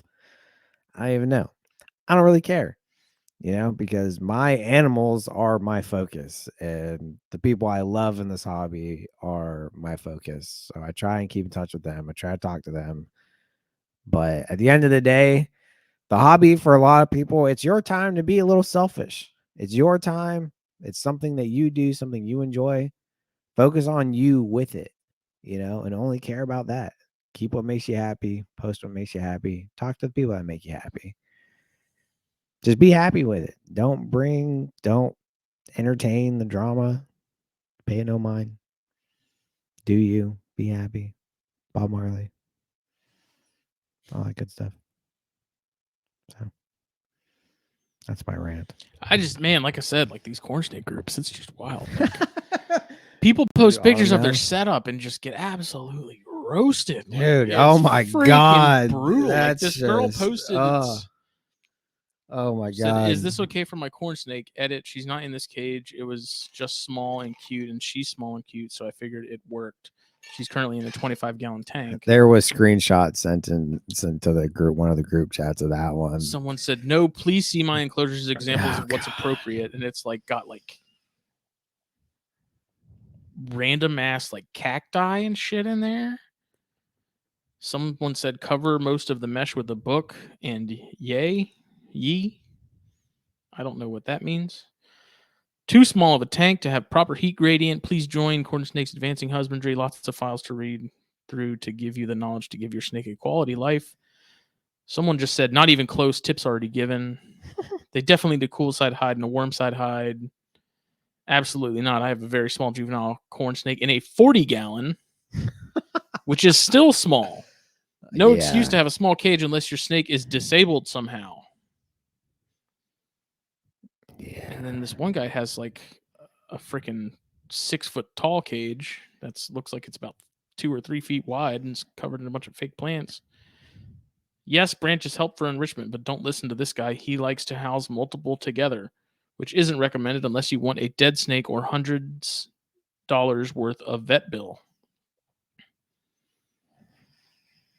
Like, I just like, good God. Like, I feel for people, man. Like, some of these people, this is their first snake, and it's like, this is what you're greeted with. That's why, like, I really don't post stuff like that. If it comes to enclosures and stuff, if I need to make sure something's adequate, I message somebody that I respect and know does this a lot and be like, hey, is this good? I don't post on groups like that at all. I mean, especially in my setups. Like, I don't do setup pictures. It's entertainment at this point for me because some of the stuff that gets said is just wild. It's so out there. It's it like, makes who me told mad. You that? It makes me mad. So that's why I really don't. Like, where did this thought process of baby corns need a 40-gallon aquarium, if not bigger? Because like I asked that in the group at one point. Like, when did that become a thing? Like, who started that? The whole like massive enclosures for a snake that isn't massive and like just over the top. Because there is a point where it's like, okay, that's a bit much. Yeah, you're pushing a little bit. Like, yeah, we're not keeping adult corns in V15s. No. But we're also not keeping adult corns in 4x2 400-gallon aquariums. Yeah. Like, I don't know, but this person posts, and then you have another one that says there needs to be at least 2 hides on the warm side of the tank and the cool side. If there is no warm side, you need to create one via appropriate heating. So he needs at least 1 more. Mine has 4 to choose from and uses them all. He also needs a lot more clutter. And by that, we mean little fake plants, branches, things he can slither through and hide below so he doesn't feel so exposed. They don't need to be pricey. I get my fake plants from Michael's. The dish might also be too small. They need to be able to soak. I just use a metal dog dish. That tank might also be too small, although I'm not sure how grown your corn snake is. They need to have enough space lengthwise to fully stretch out from end to end. I'd also switch the bedding to aspen so it doesn't get so humid inside, although you will still need to monitor temps and humidity. And then instead of making fun of people, you could realize that our animals deserve the absolute best possible. We people in this group are not the ones who originally brought them in from the wild and start to breed them for our own wants as pets, but we as owners can ensure that the animal we have can have their enclosures as close to their natural environment possible and not some bullshit plastic everywhere that they wouldn't see in real life. Which someone responded, they're going to see a giant glass container in real life. See that's the thing. That's not a difference. The only reason I asked to begin with was she is a baby, and I felt it was okay. But I feel as owners of the same species, you would get the rest of it. That's what kind of irritates me the most. Like whether it's plastic, realistic, that's for you. Okay. Let me tell you what you say. Oh, snake, you need to make it realistic. Well, you know how many snakes I found in trash, literal trash, plastic. They hide under tin for the love of God. You know, like there's so many. Yes, the naturalistic enclosures are beautiful, and I love them. I would love to do more. That is because I'm not against think it looks great within reason. Yeah, no, within reason, man. Like, and that's the thing. If you want to go all out, you want to go all out. That's fine. That's fine. But don't down the people that are using a bunch of plastic shit in their enclosures. You know, like those. Rex bad. It's again, this is all why I don't really post stuff like that. I don't. Yeah, I mean, this isn't like to be negative or anything like that. It's just I can't imagine what it's like to be someone sort of coming into the hobby now, and when you ask a simple question of like, is this setup okay? Like you have literally 50 to 75 people just tearing you apart, absolutely ripping you in the comments. And it's like, you didn't know any better. It's not like they did it on purpose. And that could honestly make that person not want to keep snakes anymore. It sure as hell would make me not want to ask questions. Yeah, no, make you not want to ask questions, could deter people from keeping in general. Like, oh, every baby corn snake I get needs to be in a 40 gallon. Oh man, I guess I shouldn't be keeping. What am I gonna do when it's adult? You know, like, come on, man. I can't with people. I feel for folks, you know, and that's another. I don't understand if like you see something asked in a group, you're under no obligation to answer. Like, is there really a point in saying like your setup's wrong? People have already told you what you need to do here. Like, what's the point of that comment? Yeah, shut up. Like, what does that add to the proceedings? That's why in scenarios like that, if I disagree with everything that's in the comments, I'll message the person and be like, hey, like, just so you know, like, I'm not gonna get into all that. But like, this is what I do. Your setup that you're talking about is fine. Provide these things. If your ambient temps are below this, add supplemental heat. But essentially, you want this size for this size snake, XYZ. They can live in so many different environments. It's kind of insane how they will thrive. They can thrive in a lot of different styles of keeping and do just fine. You know, in my opinion, if they're eating, they're pooping, they're moving, they're active, they're drinking. Health issues. Hey, that's thriving to me. And that whole thing too, like we'll never fully know until we have the technology to jump into their brain and see what they're thinking and, you know, or lack thereof, because chondros are dumb. Like we'll never know exactly what's going on, whether what we're doing is great or horrible or somewhere in between. Like we can only go off what we see and make decisions from that. And to be honest, what we see is snakes. Basically, the process is like a lot of animals out there is eat, drink, sleep, sex. Like, it's just kind of how it goes. And if all those things are happening, and you're doing something right. Lately, that's something that I've kind of thought about too, in terms of putting it into perspective, is like you have to remember the role snakes play in nature. Yeah. Which is pretty much entirely rodent control. Yeah. Like that's what they're here for. That's their job, is to literally keep mice and rats and other things in check. Yeah. Pest control. They're not here to traverse a 2-mile plot of land that they claim is their own. Like it's survive and eat. Yeah, and don't make get more of don't get yourself. eaten. You know, like a lot of snakes spend 9 times out of 10 hiding. I just think it's over. It's You all know, like the whole. I have no issues with Ugh. enrichment. I have no issues with wanting to give like naturalistic No, setups or larger That's setups. not a Like I said, problem. again, within reason. But it's also like, let's not forget what these things are made to do and what their role is. And they don't have any other concept of anything but that role. They just literally want to eat. They want to survive. Like a snake does Yeah. what a snake does. Just like squirrels. I don't look at squirrels and say, that oak tree isn't big enough. It needs a bigger oak tree.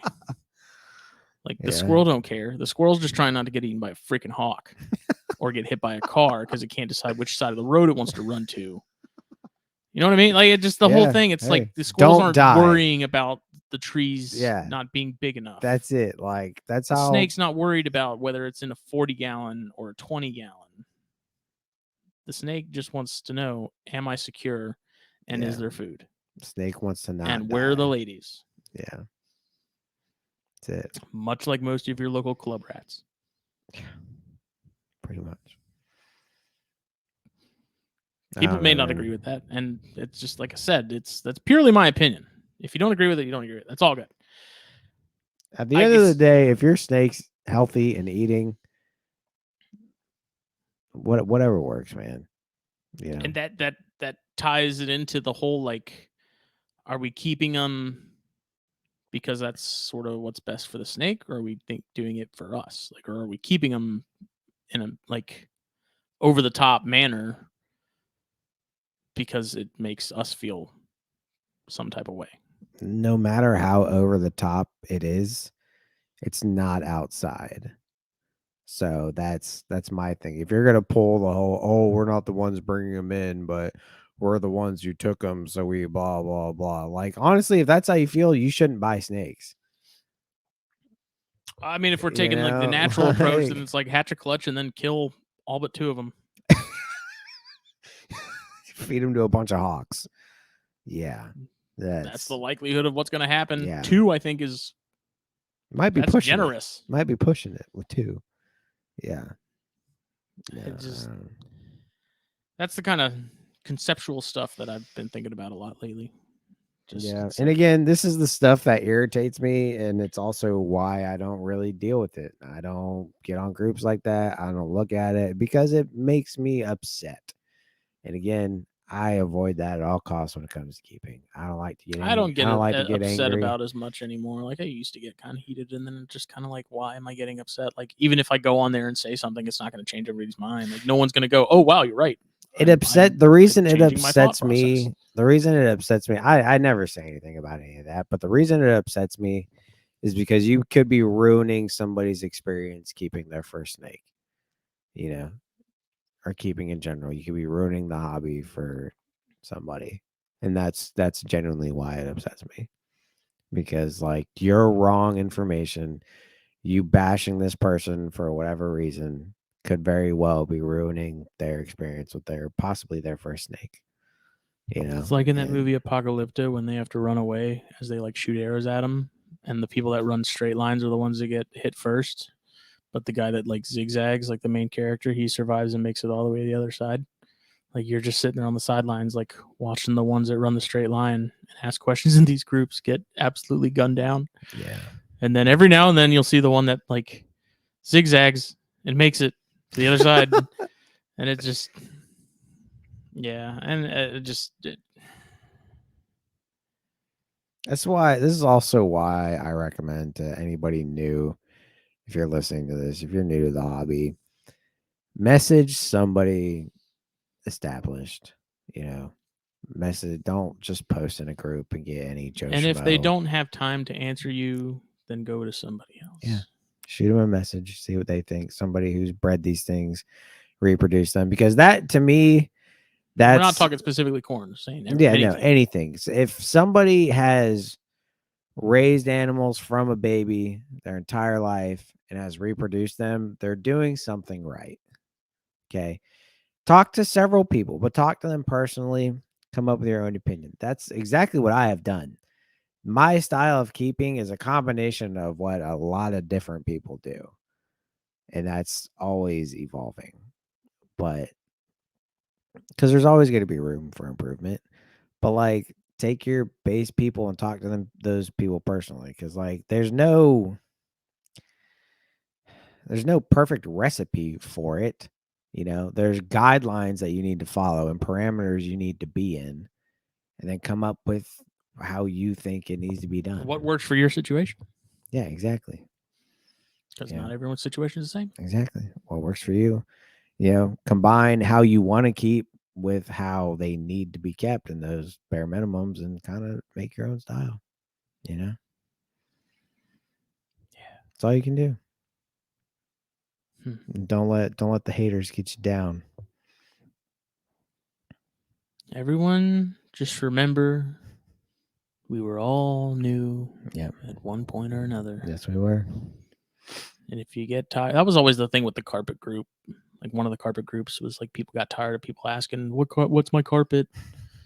It's like, we all ask that at some point. Not even that, but it's like, you're not under any obligation to answer. And like, yeah, you see that question, 20 times a week, but for that person, it's the first time. Like, they don't know.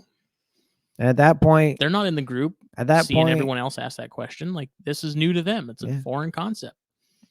At that point, instead of commenting and being like, refer to XYZ message and be like, hey, this is kind of the rundown. We get this a lot. I can tell you how many of the same questions I've answered when it comes to that kind of stuff. I've answered the same questions over and over. It's just a matter of perspective and remembering that, yes, it's the same question, but it's from different people that have no connection to one another, that don't know that question gets asked constantly. They may have just joined the group and haven't taken the time to scroll through 10,000 posts. And it's just the funniest thing too is, like, if it's that much of a problem, then just don't be in the group. Yeah. Like, if you're tired of seeing the other big start your own group, and then like, no beginners allowed. Not even necessarily that, but basically, like, you can make groups private to where people can't find it. Yeah. You can, like, there's literally an option when you make a group to make it so that it is not searchable, and it's invite only. I didn't know that. Like, that's what the Bears group is that we have. Invite only. Cool kids only. Nerds, but if someone was new to Baird's and they got an invite from somebody else, like, wonderful, come in, ask questions. Like, what locality do you think my Baird's is? Like, I guarantee you, everyone in that group would be more than willing to toss in their ideas of what it is. Like, I think your exposure to Facebook groups in general, in my opinion, for everybody, should be minimal. I think if you're in a ton of Facebook groups and you're seeing, you're inundated with, like, the roasting that we get and see, it wears you down. Facebook in general wears you down. Yeah. So that's why I've always kept my group involvement and groups that I'm actually in or active in, like, really minimal. And I mean, even like the THN group, honestly, like, I don't even really post in there. I rarely even check it, and it's our own group. Yeah. But it's also one of those things where it's like, every one of my groups that I have made, like, there's no drama and bullshit. And if there is, it's like, it's cut out before, it really gets out of hand. It's not even that. It's just like, I'm not like, I think the group that we have in terms of, like, our friends and then people that are, in the THN group and stuff, like, everyone kind of knows each other. And I don't think anybody, like, there's no one there that's, like, inflammatory or cancerous to where they're just going to cause problems, Right. And I think everyone kind of has a mutual, everyone I think is on sort of a similar level in terms of, like, interest and involvement and stuff. Right. And I think that's kind of why we don't have any issues. It's like everyone's there for the same reason. Like we're all just kind of hanging out, It's a small talking circle. snakes. You know. I like to And keep it that way. that's why, like the chondro groups and stuff, I kind of got out because it was like the more I was in there and seeing it, like it's just the less it felt like it was really sucking the fun out of keeping that species. It's like this really isn't Yeah. as serious as you guys seem to think it is. Like Yeah. it's not rocket surgery. Rocket We're surgery. not curing cancer. We're keeping snakes in boxes. They might be expensive snakes, It might be very and expensive it just snakes. a lot of it just felt like it was one big like chain wallet dick swinging contest, man. Where it was Yeah. like, this is how much money I can spend on a chondro, and then I hate to like bitch about the chondro groups and stuff. There's a reason I kind of pulled out of them, and it wasn't any one in particular. It was just overall, I was just like, this is just I don't know. Like it was like this. It it felt like it was just taken for me. It was taking away some of the enjoyment of just keeping Yeah, animals because it's like they're chondros, dude. They're cool as hell. It Like, sucks the fun out of a lot of it, you know. but I say that with hesitation because it's like it's a Facebook group. Like it shouldn't suck the fun out of what's going on in my room. Like what's actually happening tangibly in my life should not be affected by what's going on the internet. Yeah, and that's also but a very good point. I found my eyes rolling, and I started getting like pulled muscles in my eyeballs. And see, that's why I was like, okay, like, this is just I'm good. That's a prime example why I don't, because I know me and I get irritated at people being jerks and saying stupid stuff, and I know it will affect me, so I don't let it. And there wasn't anybody in the chondro groups that was just like a jerk or anything. No, like yeah, that. no, It was no, just like but one of those it's things just where it's like, it's is the this just bullshit. one big thing where we just try to one up each other with the most expensive snake possible? You know, I got my handful of chondro people that I still sort of talk to on the regular and whatnot, and they're pretty much people that I got stuff from, and that got stuff from me. It's just whatever. It's whatevs. Nothing against the chondro community. There's nothing against the people that keep chondros and stuff. I just found it to not really be my scene, and you don't need. That's the glorious thing about all of it is you don't need the social side. Like so it really has nothing to do with the hobby.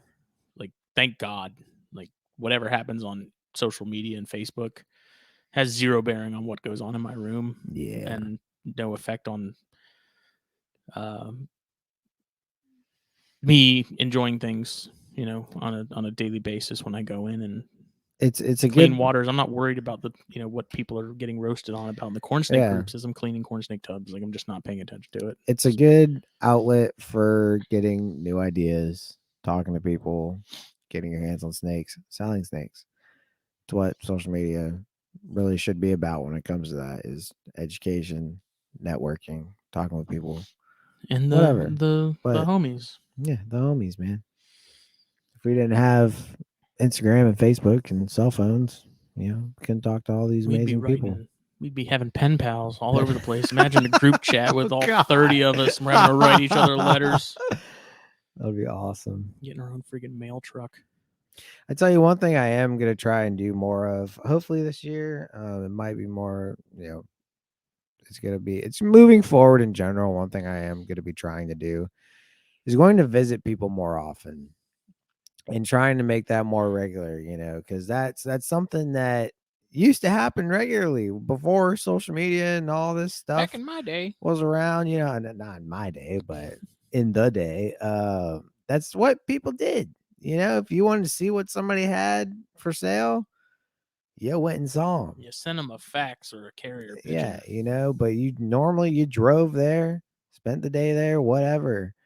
And I feel like social media has pulled us away from a lot of that and, face-to-face interactions and really building these friendships that we have, and that's something I really want to try to do a lot more just in general moving forward is actually going to see these people and doing what I can to have more personal interactions instead of through a fucking screen.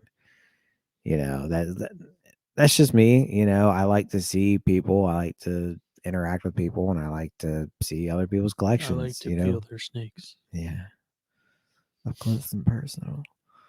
But that's just something I want to try and do more of. This year and the next several years.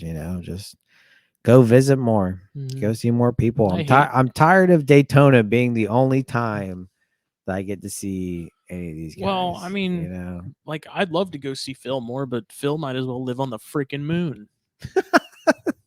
Like, I want to go down that way at some point, but I'm probably going down south, and come springtime, we go visit Skylar again. We're gonna ride down south and have us a time. Do more jumps on his dirt bike. Yeah, probably. Evil Knievel. Yeah, that was awesome. But almost died, but it was great. Yeah, I know it was. Almost slipped a disc. Wouldn't be the first time. I've had worse. I've had overall, much worse. I will have to say, like, I hate bitching about social media like this because I feel like everyone does, and it's become super cliche at this point. But it's not necessary. You don't have to partake. Yeah. You don't have to be in the party. You can just party hardy. Have a nice, calm night in with your friends. The homies. Instead of the virtual Thunderdome that we find ourselves in. Saturdays are for the boys. 2 men enter, 1 man leaves. Who runs Bartertown? Yeah. Master Blaster. It's not that serious. So, again, we're all here to keep snakes. It's fun. Yeah, it's fun. Enjoyable. It's awesome. Stop making it. There's other people that enjoy it too. Stop making it drama filled. The great equalizer. The great unifier. Except for the people that think Barons are better than rhinos. All of those people can burn in hell. All those people are right. But there's a special place in hell for you all.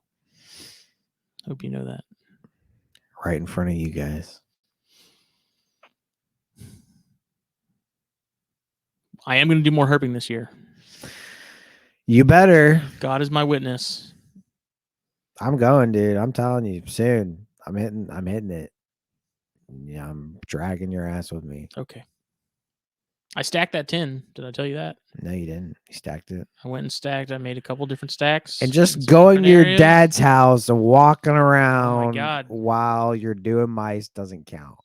That never counted as like legit herping. That was just one of those things where it's like, we're here. Let's poke around, see what we can find. I'm not saying there's anything wrong with it. I want to go back out to Donnelly. Yes. I want to go hit up that little Edisto area that little nature in Jacksonboro. Yeah. That I was telling you about. Yeah. Definitely got to hit that up. We need to go to Picnic Island. Yep. We need to go to Fuxkey. Yeah, definitely need to go there. I'm going back to Florida for sure. It was an easy trip to go see Skylar. I need to go herping with Casey. It sounds like that's entertainment enough. You don't even have to find anything. You just watch Casey play with one thing while he's got a pygmy between his legs that he doesn't even know about. Yeah, it'd be like that. Florida. Yeah, I'm probably going to try and plan a trip. You got to get up to BlackBox soon. Yeah. Yeah, we do. Need to plan. I told Jen that I was going to talk to you about figuring that out and when we were going to make that happen. Whenever, man. Just tell me when. Speaking of, time. This episode was brought to you by BlackBox Cages. You need to check them out. Use the code THN at checkout. Get 10% off your order. There's some really, really cool stuff they're doing with I posted the video that was done on some of the new updates to their racks. Very cool. Literally within the last week or so. So if you go to the THN page and look that up, I think it was Green Room Pythons posted the video on his YouTube channel, so you can find it there. But there's some features with these like the V70s and some of the other racks in particular that they're doing.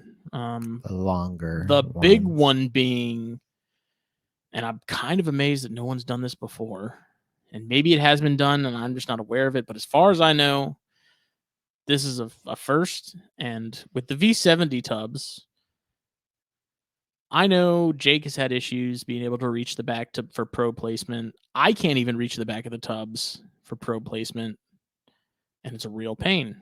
So what BlackBox has done is they've routed like a squared off sort of U shape, and then the probe goes under the heat tape, and they have a way of like sort of locking it in. And the way you can access that is on each level, there's like a little door that's you screw that comes out, and you can attach the probe on any of the levels you need to, but you can just access it right there. Like you don't have to fight it and figure out like tape it down and then hope that it stays taped. Like you have access to it from the back of the rack to place your probe wherever you need to. And then what I didn't realize they also did was they put like a failsafe on there. So it's set to where if it like the tape reaches above, I want to say it was like 140 degrees, it cuts off. Like there's a failsafe on there. Wait, on what? On the tape itself. Like there's a module they have. Oh, once if it gets above a certain temperature, like the wiring to the tape. Yeah. Okay, because I was gonna say I think that would be more of a thermostat thing. No, this is separate from the thermostat. Yeah, okay, I'm tracking.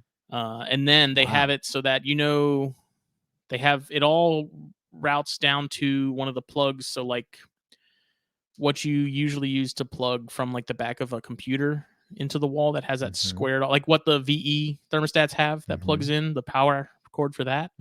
Everything runs to one of those outlets at the bottom of the rack. And so then you can just plug that into the wall and you can get different lengths of that power cord. So you know what I mean though, right? Like the sort of, how many sides is that? 1, 2, 3, 4, 5, 6, like a hexagonal, pentagonal type shape. I think that plugs into when you plug in the VE thermostats, like the power cord cable into the back of the actual thermostat. Yeah, that same cord. Yeah, I know what you're talking plugs in at the bottom of the rack, and then you can get different lengths and stuff. So just like small stuff that I think makes a world of difference. I didn't know that the failsafe is a big one, big one. You know, because like my biggest thing with heat tape, that actually honestly would make me feel 10 million times better about heat tape. You know, if that failsafe is there, because like me, I'm weird about thermostats. You know, I know there's alarms and a lot of them, but if you're not home to hear that alarm, it doesn't do much good. It doesn't do anything. Or if your snake room's across the house and it's 3 o'clock in the morning and you're a heavy sleeper, it's too little too late, you know. But if you walk in and all your snakes are pushed to the front of the freaking tub and you're like, I wonder if something's wrong. Go check it. See how it's turned off. You know you need to replace your heat tape right there. It's always recommended to replace your heat tape. But you're not going to burn down your house. That's the biggest thing. Like the snakes will probably be okay. Some species, maybe not. But let's face it, that's a risk using heat tape no matter what. But in my opinion, the biggest risk with any heat tape in general is the fact that you could, if there's a malfunction, you could potentially burn down your house. Yeah, and that's a what scary thing. The Green Room Pythons guy mentioned is like if your thermostat fails on, it doesn't like shut off, I guess. I guess it depends on the model you're using. It depends, yeah. But this is just another layer of protection. And it sounds like too they've changed up their heat tape, so they're not using the same heat tape they've used in the past. This is a little different and has like some sort of adhesive on the bottom of it. Really? I'll have to ask Jen more. Yeah. But anyways, awesome, cool upgrades or updates to that are making them continue to be an even superior brand, more awesome product. Right. You thought it was good before. It's only getting better. Wait till you get it now. But you know what's hotter than a rack that's almost on fire? Oh yeah, Venom hot sauce from Steve Snaketuary. Oh yeah. Hope you have your thermostat alarm on because it's gonna be going. It's gonna be going because it's hot. Because you need to go over to stevesnaketuary.com and get you some Venom hot sauce. Grab the whole set, collect them all, help Steve out. He's a good dude. We love him. He's doing awesome stuff. And if you like hot sauce, I mean, it's a no-brainer. At the very least, it's collector's items. So you have no reason not to. Yeah, they're great. Um, We did a video many years ago now. yeah, Trying all of them. Jeff and Kendra did a video a while ago, not quite as long ago, trying them all. Check those out if you want a little virtual taste. Slate Read raffle. It's happening right Definitely now. check Go get that some out. slots while you still can. Please join us live on the 27th at 9 p.m. Eastern. We'll be doing the drawing live on Snakes and Stogies that night. And Man, I'm so mad I'm going to be working. it'll be good. I told you you're going to be sick that night. Cough, cough. Dude, I can't, man. I Then again, can't. if it's not till 9, I'm usually home by 9:30. So I can pop on late. Yeah. So I'm sure we'll still be going. I'll hop in after. So that'll be Cool. good. We've already raised coming up on $5,000. Wow. We're almost there, just shy. So it's very good. Just to make that clear, 100% of the funds received from this are going to The Reeds. The Reeds to help with Slate. So this isn't no funny business going on here. That's right. So if you Um, want to learn more about Slate's condition, check out our last episode. We With were Ryan. on with Ryan Reed. He talked about Slate and his what's condition going quite a bit. on? Yeah. So if you want to learn more about that, please check that out. Reach out to Ryan. He's very open to talk about it. So show your support if That's you right. so choose. We will be back for Snakes and Stogies Monday. Anna Maria's birthday was Monday this week, so that's why we didn't have it. You know, I messaged Phil and was like, "Hey, you know, who should we get?" And he's like, "Oh, it's like it's Anna Maria's birthday. We can't this week." And I was like, oh, "Okay." Tried to get a Corn Stars episode together, sort of last minute. That didn't happen, so I just texted Chris and was like, "We'll just figure something else out." So we are in the works of trying to hunt down some folks for that. So hopefully an upcoming episode of Corn Stars is happening, and we'll have to figure something out for like the 5-year show. I feel like we say that every year with the anniversary thing, and we never really do anything like special. But yeah, we normally just do a one-on-one. Maybe we gotta change reminisce. it up this year. Remember the old days. Simpler times. When we were butt boys. Now we are men. Not butt boys. But we were only boys. Oh man. Anyways. Yeah. You are Thank you all. Boy. This is episode 184 of the Your Better Culture podcast. Thank you for listening, watching, however you are. Whether it's morning, afternoon, or night. Thank you. We bid you a good one. We love you.